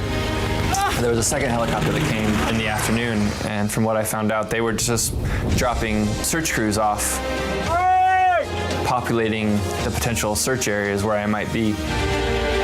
Right here. Finally, after 6 days, stranded, starving, and suffering, Greg was spotted. We're search and rescue. I'm Ryan. Oh, it's so good to see you. Mr. Hine was located as the final search team was being inserted into Davis Lake. Thank you. Okay, I'm gonna check your pulse real quick. I'm gonna call it in. Okay. Am I alive? You're alive. Okay. I was excited to talk to someone, to be the first person I'd talked to in 6 or 7 days. They found him. Yeah, okay, I got you guys. Relatively in good health, considering the 5 days that he had spent 2, 3 in the wilderness with a broken leg. They dropped 2 search and rescue teams in on the side of Goddard. The grid search. So we drove up. We're talking to the sheriff's sergeant up there. Okay, but it's a big mountain. They're going to be there to last. One of the Park Service people said we found him.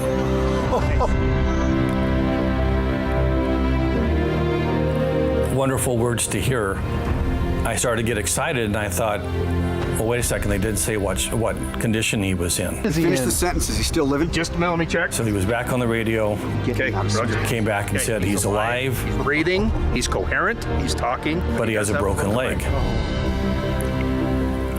Music to our ears.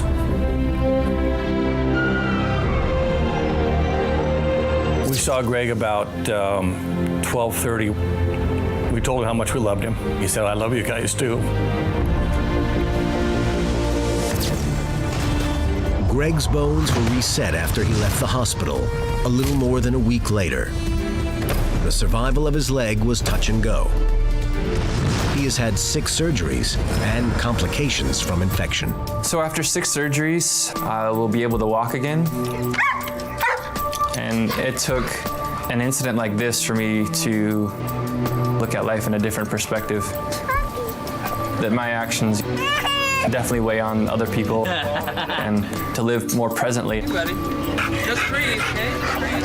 I've gotten a little bit of patience for the first time in my life, and that's why I believe this is such a positive experience for myself.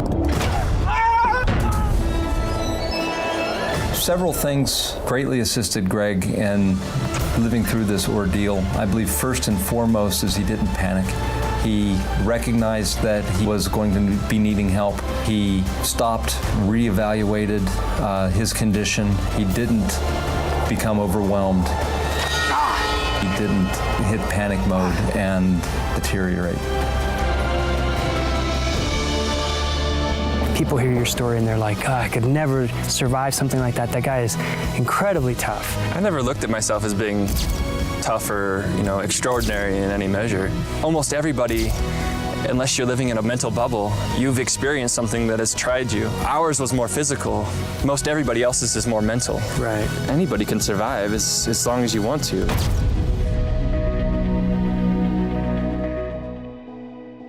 Fight to survive. Hi, I'm Craig DiMartino. Here's a question. When does something we love doing, something we live for, suddenly become something we might end up dying for? That's a question Ted Porter never expected to have to answer. That is until one quiet September day when he went out for a hike in Glacier National Park. Glacier National Park in Montana is one of the jewels in the U.S. park system, with 1 million acres and over 700 miles of trails. Ted Porter has been coming here as long as he can remember. It's been kind of in our family for years and years, just going to Glacier National Park and enjoying the scenery and the camaraderie together, and it's close-knit family time, and it's a beautiful place to spend time, for sure. Continuing the family tradition, the Porters decided to meet up for another Labor Day weekend to hike together for a few days. Well, usually after my parents leave, I spend 2 to 3 days by myself. Spending time alone is something that I really enjoy doing, especially in the backcountry. You can go at your own pace, you can do what you want to do, you don't have to answer to anybody, you don't have any curfews. It's dangerous, it's exciting, it's fun. Among the star attractions in the park are the glaciers.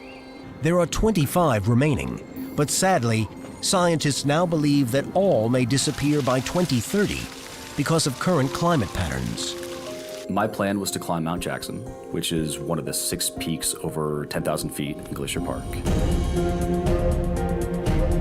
And also to see the Jackson Glacier, because there aren't too many glaciers left in Glacier National Park, and the Jackson Glacier is one of the bigger ones, so I wanted to see that before it disappeared. And I knew if I climbed fast or hiked fast that I'd be able to easily do it in a day. Ted got off to a later start than he originally planned, but the first part of the hike was 6 miles and flat, and he made good time. So the next phase was the extremely steep trail up to the Jackson Glacier. It was just really direct. Went right up through the trees, which I'd never taken before. Damp, slick, muddy. Not the most ideal trail to be taking. Then he saw it. The whole Jackson Glacier was sprawled out in front of me, which is pretty impressive. It was a beautiful sight to behold. And I was the only one up there. Didn't see anybody. Just me and the glacier. He strapped on his crampons and forged ahead. A recent rain had made the ice even slicker, but he made it across the entire glacier. By now, Ted could feel the chilly air coming off the ice. He had dressed lightly, underestimating how cold it would be on the glacier. I kind of looked at the mountain and figured out what I thought was going to be the easiest way to climb it. There were crevasses to my immediate right, which cut off my route to the right. I saw a rock rib on the far side of the glacier that looked like it led to the very top of Mount Jackson. So that was my destination. Okay, so I just came across the whole glacier. Some amazing ice fall. A huge crevasse right there. Trying to figure out how to get on that rock rib and take it to the top. Oh yeah. But feeling good. It's not very hard, it's pretty easy actually, but another day, beautiful glacier. He hopped off the glacier onto the rock rib and removed his crampons. The rock was really becoming slick, and so at this point it was real slow going. And what I found was just a series of ledges. And these ledges I was hoping was going to act like a staircase and lead me up eventually to the top, and I couldn't seem to find a safe route to travel. I'd already slipped, and it was enough of a scare for me that I decided to come down. It just wasn't the right day for the climb. It was too late, the dangers were too high, I was by myself, so I used good judgment and turned back. My plan was to knock off some time rather than traversing it again all the way over to the rock rib, then jumping back on the glacier. The glacier was right in front of me, and I thought, if I fall, I'm gonna boot ski it down. he decided not to take out his ice axe or put his crampons back on so he could slide if he had to. I was at the very top of the glacier, looking out to make sure there were no crevasses. And the angle that I was at, I couldn't see any crevasses. And I do remember seeing the 2 or 3 big crevasses that I'd passed earlier, but I couldn't remember exactly where those were. And that was my mistake, because it was the angle of the glacier was hiding the angle of the crevasse. And I remember thinking, well, if you fall, and I fell. And I started sliding feet first, out of control.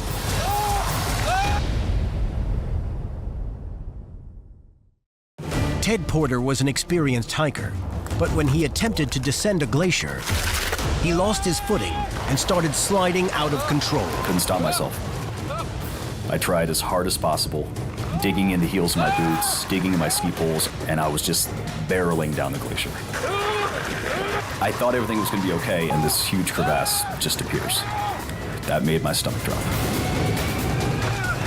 He smashed into the front wall of the crevasse and dropped 40 feet.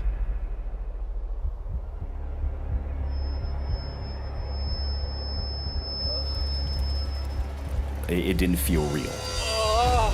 It felt like I was in one of those dreams, truly, that you just want to wake up out of. And then the pain. And the pain was undeniably terrible. I knew that I was in bad shape. Really bad shape. Ted was paralyzed with pain and quickly realized he was in desperate straits. I've always had a question of, if you're facing a life and death situation, who would you say goodbye to? And I found out. And I found out the hard way.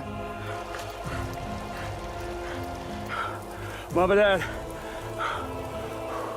I fell in a crevasse.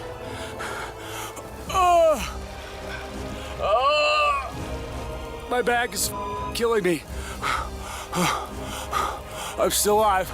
Survivors of horrific accidents share a unique bond, but each experience is different. Craig DiMartino met up with Ted to hear firsthand more about those first terrifying moments. You're alone. You realize I'm stuck, and you made an incredibly powerful video. Yeah, I didn't really see a way to get out of the crevasse at that point. I knew I had a serious injury. I didn't know exactly to the extent of what it was, but I took that video as a goodbye video. So I thought that somebody would find that eventually, you know, search and rescue, or whoever came across it at some point, you know, hoping that my family would know what had happened to me. Because you're close to your family. Super close to my family, yeah. I'm still alive.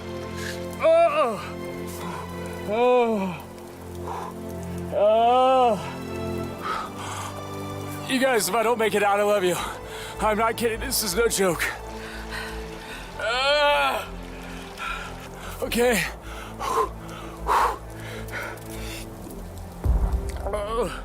When you were down, you were alone the whole entire time. What were you feeling like, being alone?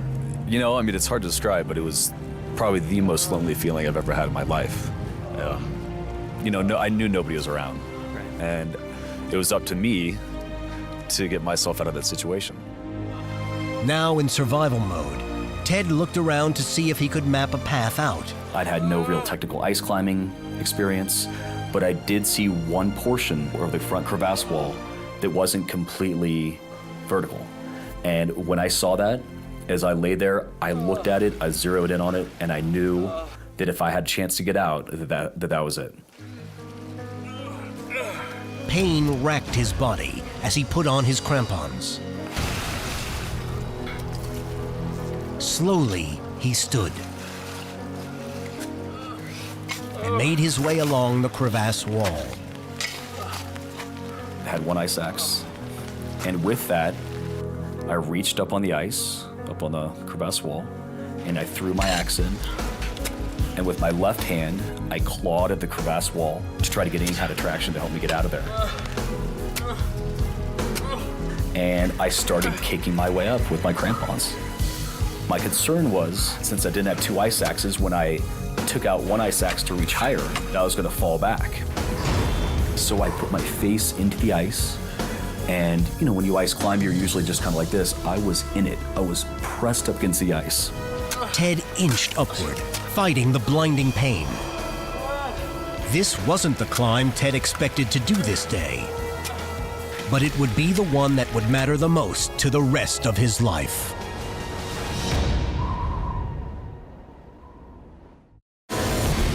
Ted Porter has fallen into a deep crevasse and severely injured his back. Now he's desperately trying to climb up the icy wall.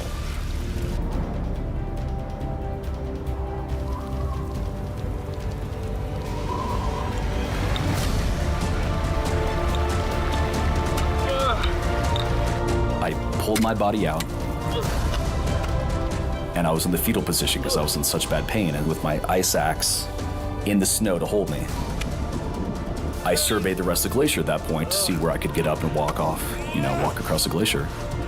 And right below me was another huge gaping hole, even bigger than the one I just fell in. And I remember thinking, if I fall here again, I'm gonna fall right back in that crevasse, and we're gonna start this whole process over again. And that was so scary too. And to not fall in that hole, I crawled on my side about 8 to 12 feet in order that I could get around this next crevasse below me. So if I fell, I'd slide past it and not right into it. I remember thinking, don't fall here. Don't fall here. Ted inched past the next crevasse and struggled to his feet. I was in bad shape. I still didn't know the severity of my injuries, of course. I'm by myself. I'm looking around for anybody. Nobody's there. And so I knew I had to make it down to Gunside Lake, where I had seen people camping there, and I was hoping that they would still be there if I was able to get down there. He made it off the glacier and headed for the lake. He now faced 3 more miles over rough terrain, grizzly country, and during feeding season. There's always the danger of grizzly bears in Glacier National Park, always. But on the way up on the trail, at the beginning of my climb, I saw 2 fresh grizzly bear scats, and so I knew they were in the area. And on the way down, when I already had my injury, I pulled out my bear spray because I was coming across the part of the trail where I'd seen the grizzly bear scats earlier the day. So I'm walking with a serious injury, didn't know exactly what it was at that time, down the trail with an ice axe and with grizzly bear spray. And I remember thinking, if I run into a grizzly bear now, it's been that kind of day. A few hours later, the meadow around Gunsight Lake came into view, along with a group of campers. I remember I asked them, I said, could you help me? And they said, what happened? And I said, I fell into a crevasse on the Jackson Glacier. Crevasse? What? And I've walked down here to try to get help. I need some food, some water. Okay. What do you plan to do? I said, I plan on hiking back another 6.2 miles to the road to try to get help. I don't think that's a good idea. Look, why don't you come sit by the tree and we can talk about it? Okay. What were you feeling when you saw them? I knew that I wasn't in the clear yet, but it was a huge relief just to have somebody to talk to and to tell somebody what happened, and hopefully they could help me. And just seeing another human was pretty awesome at that point. Right. Somebody around to help you out. Right. Eric, Justin. As luck would have it, Ted had walked into a campsite that had not 1, but 2 people trained in emergency first aid, Justin Ricks and Eric Harness. Let's get this backpack up. He had probably the best first aid care he could have in the wilderness with 2, non-professional experts out there. Easy. Myself trained for years and years in first aid, and Justin's been training for years and years in first aid and search and rescue. You guys said he fell? I just couldn't imagine him being in a better position, being the circumstances as they may. What's your name? Ted. Ted, do you know what date it is? Yeah. September 2nd. Eric and Justin knew the first thing they had to do was evaluate Ted's condition, and to do that, they had to get his story. It just was a little amazing. Is this guy for real? Did this guy just walk off of that mountain and come down here? And is he for real? He just fell in a crevasse. It was just like, okay, seriously? Ted, where's the pain coming from? My lower back. All right, Justin, what we gotta straighten his legs. Just hang tight, Ted. Okay. Ted's completely coherent. And it was bizarre because that was the first thing I thought. This guy he fell 40 feet. He's gotta have a concussion. Ted, on a scale of 1 to 10, how bad is the pain? I got 4. Me and Justin kind of looked at each other and we were like, okay, this is a 4 now. But is this going to be an 8 in 2 hours? Is it going to be, a 6? Is it going to stay a 4? We don't know. We really didn't know because of the adrenaline, too. And that was sort of your worst fear as a first responder, especially in the wilderness. There's really nothing you can do. Everyone seemed to contribute items to make Ted more comfortable. We're gonna find a way to get you out of here, okay? Okay. While they decided what to do about getting him out of there. They knew no one could hike out for help that night. There was a high threat of grizzly bears in the area, and it just wasn't safe. There was one other option, activating a spot satellite receiver Eric's brother had brought along. This device could send a message to a search and rescue coordination center.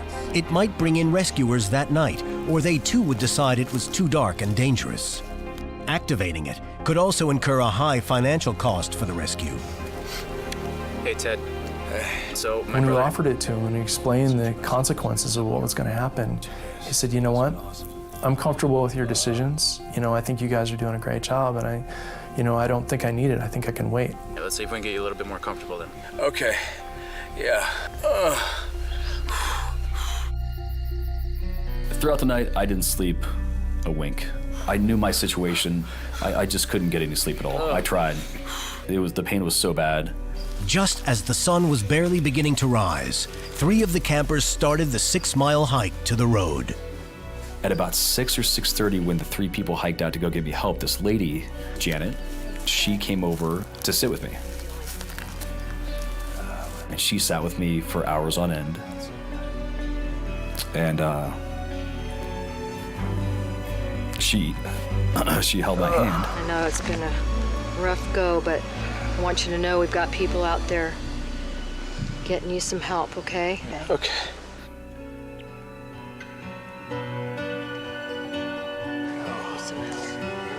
That'd be nice.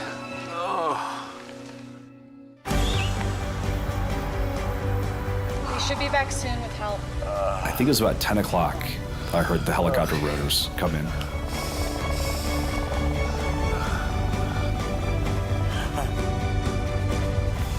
I was super excited. I had a feeling it was for me. And it circled. Then it circled again, got lower, and it circled again.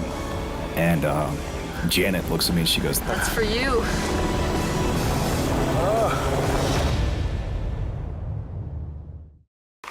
Ted Porter severely injured his back, falling into an icy crevasse.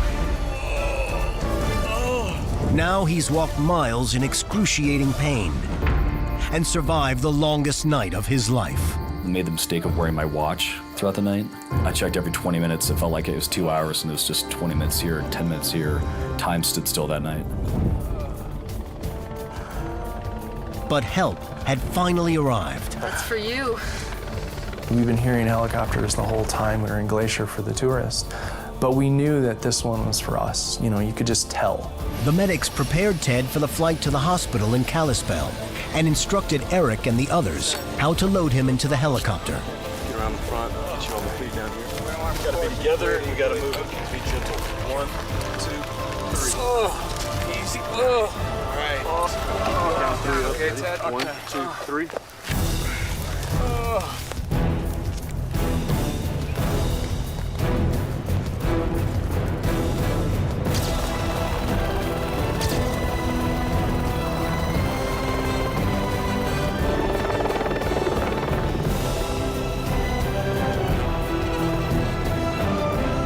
So after the helicopter left, one of the odd things was, as we're sort of like breathing this sigh of relief, it swings out above the glacier and over the mountain. It was like, okay, that's kind of symbolic.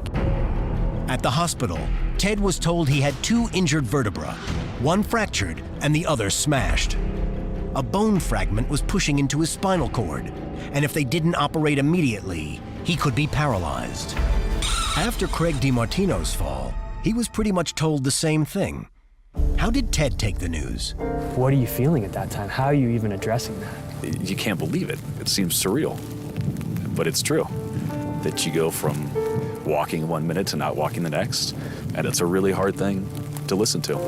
Were you telling your family at that time? Were you talking to them on the phone saying, oh my gosh, this is what's happening? Yeah, I told my family that if I didn't get the emergency surgery, that partial to full paralysis was a huge possibility, and they were just as scared for me as I was. Right. So it was also surreal.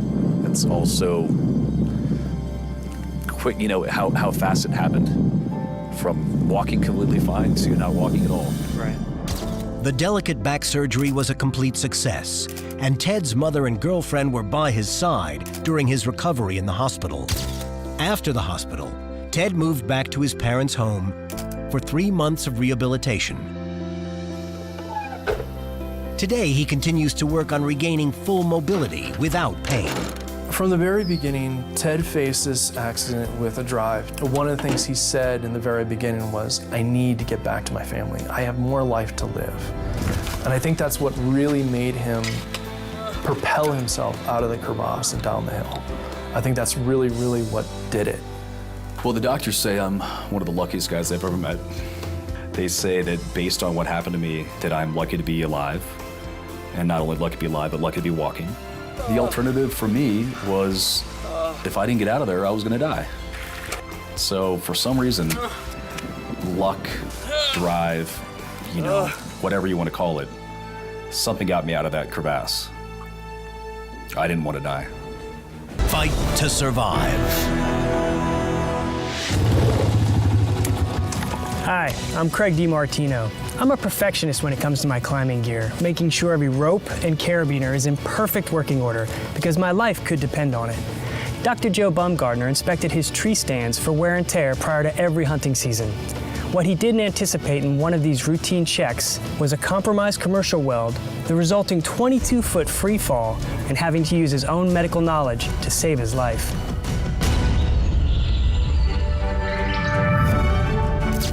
Dr. Joe Bumgardner of Starksville, Mississippi, had been an avid sportsman and hunter for many years. But he discovered his true outdoor passion in 1986. Hey, Dad, look what I got. When his young son showed him a mail-order bow and arrow. Yeah, I just got in the mail today. My 12-year-old son says, Dad, I bought this and I want you to sight it in for me and help me tune it. At the time, I had no idea what tune meant. Joe was a renowned surgeon, and he approached the challenge with his typical precision and dedication. With my compulsive, obsessive surgical personality, I wanted to learn. So I did, and eventually bought a bow myself. We learned together. We still bow hunt together. It's something we can do one-on-one and have quality time. Joe grew passionate about bow hunting for game, as well as competing in 3D target competitions.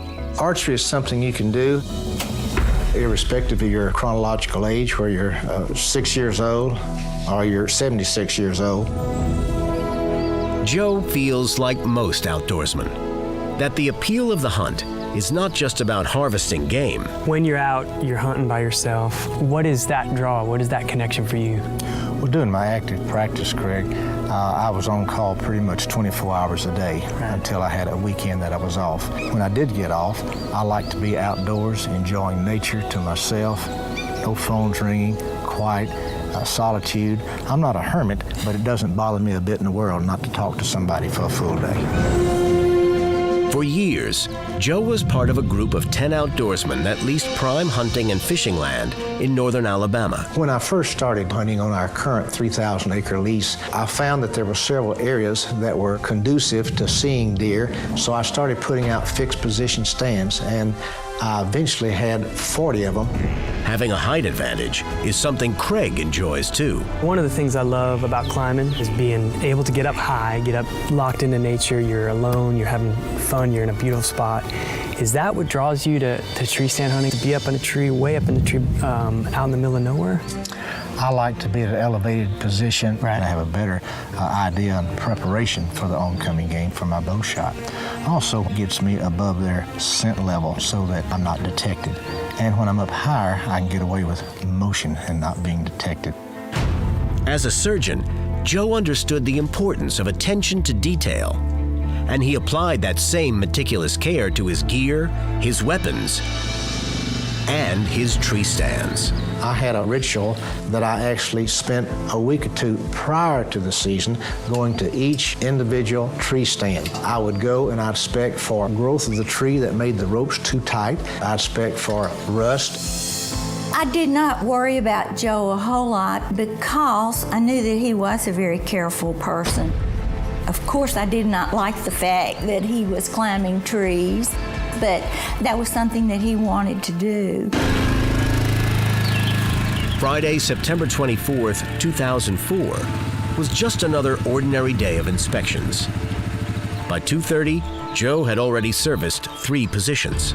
He wanted to get a couple more done before heading home around 6 p.m., but he would never rush his process. I never touch a stand to work on it until I have my 4-point harness system on and my linesman safety belt attached and around the tree. It was a safe system, except for one major oversight. From the time one leaves the ground until one is in the stand, the safest thing to do is to be attached to the tree with a linesman belt, but unfortunately, I did not do that. No matter how careful you are, there are always unforeseen moments when disaster can strike. As I reached around the tree to hook it in, one of the wells failed. The ladder just gave way, dropping him to the ground. Dr. Joe Bumgardner was repairing a tree stand 22 feet in the air when suddenly a spot weld on his ladder failed.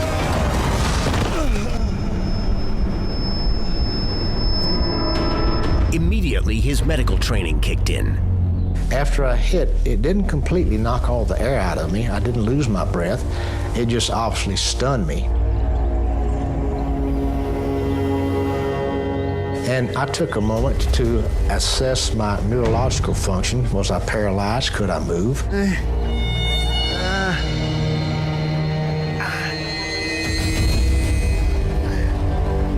And sure enough, I could move my hands, I could move my fingers, I could move my head and neck. That was the good news.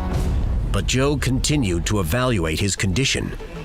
I looked at my feet and my left foot was pointing to the sky. My right foot, however, was parallel to the ground, pointing at 90 degrees to my left foot. So I knew that I had a fracture somewhere. And I found indeed the femur was actually fractured in my right leg. Then the pain kicked in. I started getting nauseated. And a grim reality. And I realized to relieve the pain, I had to realign the fractured bone so that the muscle spasm would be alleviated. A break of this nature could lead to severed arteries and deadly consequences. The bones had to be reset.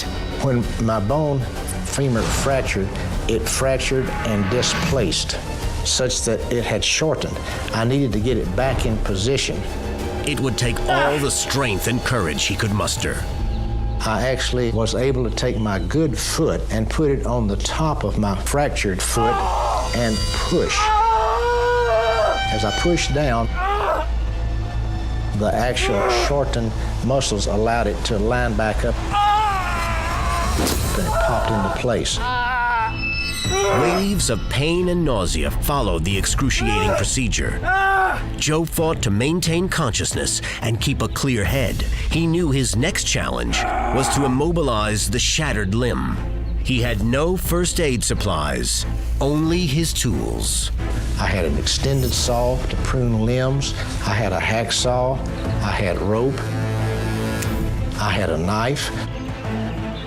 In a feat of remarkable ingenuity, he devised a rig to stabilize his leg. He freed the tree stand ladder.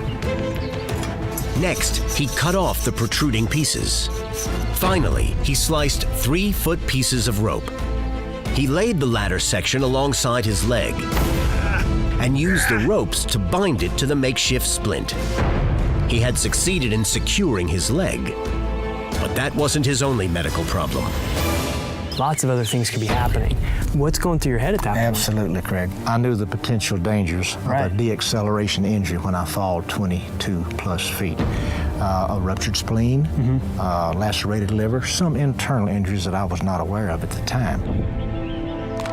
Since there was no cell service in the woods, Joe had left his cell phone in his truck, and nobody was expecting him home until that night. Joe was on his own. I then thought, well, I've got two options. I can either stay here and wait for a rescue effort, or I can actually see if I can make it back to my four-wheeler, which was only about 60 to 75 yards away. It seemed possible, even if it meant dragging his broken body across a minefield of fallen trees. I started pulling myself along on the ground, which I could do.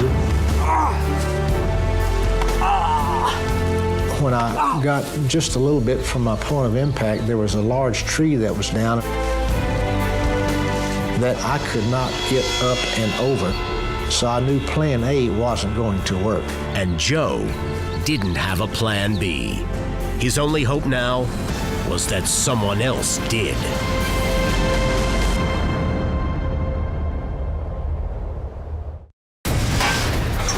After falling over 20 feet from a tree stand, Dr. Joe Bumgardner, keeping a clear head, used his medical knowledge to stabilize a badly injured leg. Next, he attempted to crawl to his ATV, which was more than half a football field away. When I got to a blocking tree that was down, I realized I could not return to my four-wheeler. So I actually crawled back by pulling myself on the ground back to the actual impact site till hopefully plan B, which would be a rescue effort, to locate me.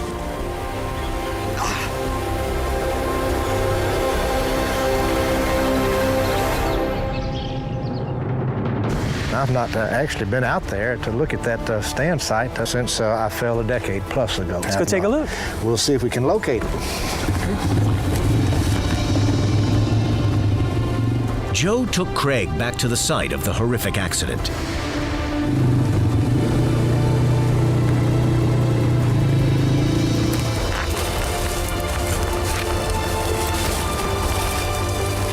This is it, Craig. Wow, it's a long way. There's still some remains here. The tree that was housing my tree stand, it snapped off up there, and here's the actual tree stand. It's still attached to the tree with the chain. You can see this particular section of the stick ladder is missing. This is the one that I was able to utilize as a splint to. So you made the splint from here down. That's correct. When you're laying out here by yourself, you know your wife, Mita, is home. She doesn't know what happened to you. What are you thinking about now? She's gonna have to go the whole night worried about you. I knew when I didn't call between 6 and 6:30, and certainly by 7 o'clock, she would be concerned. I was okay for a little while, but when it got past an hour and he had not called, I knew that the cell service was poor, but he should have been driving home by then. Mita called her neighbors, Hal and Joyce Polk, for help. Hi, Joyce, this is Mita. Mita called my wife and said, I think I have a problem. That Joe hasn't come and he hasn't called. So immediately we came and picked Mita up. Mita and the Polks rushed to the hunting camp And went to the area where his camp is located. Joe's truck was still there. I did not want to go alone. This is quite a wooded area, and I had no idea what I would find when I got there. Joe! His cell phone's in there. Maybe we better call the sheriff. I think that's a good idea. I knew I would need someone to help me. They called in the Pickens County Sheriff's Department. No, we're here right now. We're at the camp. His truck is here, and he's nowhere to be found. But at first, the officers dismissed their concerns. My husband doesn't go out juking without calling me. They said he's probably gone juking with someone else from here at the camp. They think he's gone juking. Let me see that. Hal spoke up and said, no, you don't understand. This is not a man who goes juking. There's something wrong. There were people with four-wheelers were there in short order, 15, 20 minutes. All right, we gathered here to go looking for Dr. Joe. We went out this morning to do some tree stand maintenance. Some of the members from the hunting club came. They were familiar, of course, with the property. We're also going to have a helicopter in the air. Every tree stand has to be searched. He might have got hurt on a tree stand. We have no idea where he is. Let's do it. As the hours passed, Joe worried more about his wife's emotional state than his own predicament. When she didn't hear from me, she didn't know the nature of my problem at that time. She didn't know if I was injured, didn't know actually if I was still alive. Then I started thinking about a lot of things. What would happen if I was not rescued? This was going to be my final demise.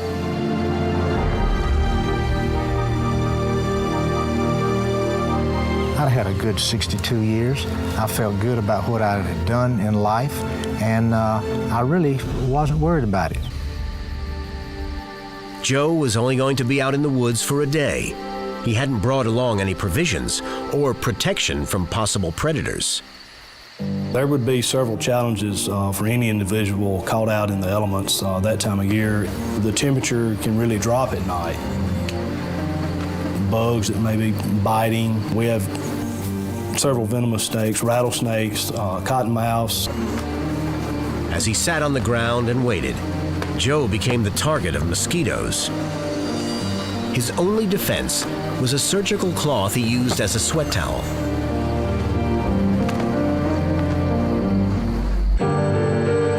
The sheriff called for assistance from the Tuscaloosa County Helicopter Unit. The helicopter we used had an infrared camera, which is a thermal imaging system, so we thought, we'd be able to locate him. Joe saw the chopper pass overhead, but he hadn't brought a flashlight, so he had no way to signal to it. And the dense woods prevented even the infrared camera from spotting him. With not having located Dr. Baumgartner, we kind of gave up till daylight. At 3 a.m., the search for Joe Baumgartner was suspended for the night. I have to admit that I thought the worst that night, that it could not be good. I was afraid that he was paralyzed or deceased. It was a very long, difficult night. It was probably the worst night I've ever had.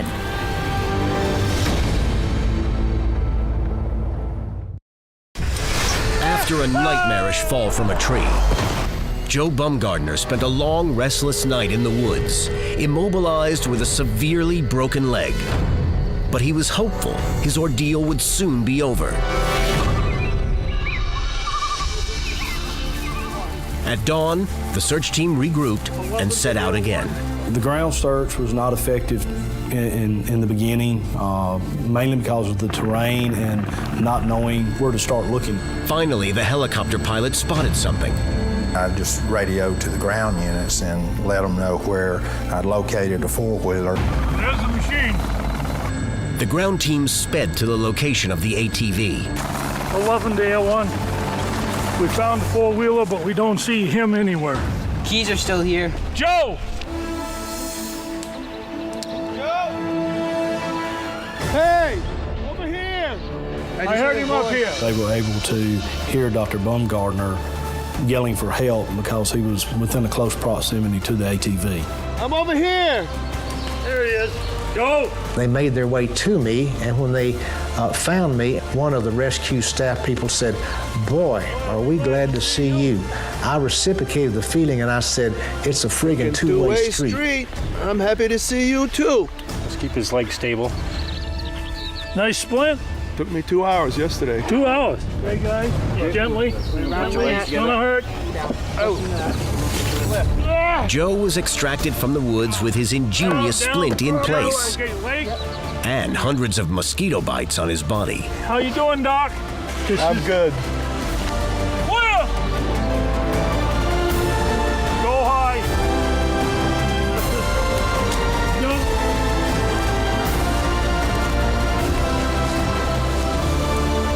He came out on the stretcher.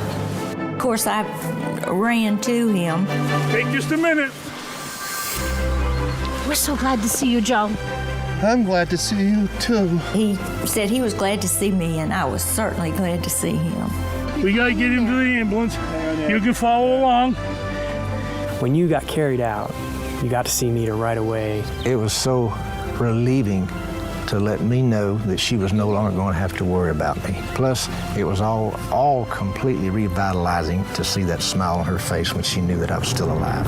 Joe was quickly transported to Baptist Memorial Hospital, Golden Triangle, in Columbus, Mississippi. So we took a look at your x-rays, and you're going to need an operation to fix that leg. Luckily, he didn't sustain any internal injuries. We're going to leave your field splint on until we get into the operating room so I can show the operating crew what a properly applied field splint looks like. The orthopedic surgeon was impressed with Joe's handiwork. After 4 days in the hospital, Joe returned home to what normally would have been a grueling recovery. Joe, be careful on those. You know the doctor told you not to be on your feet yet. He didn't want to use a walker.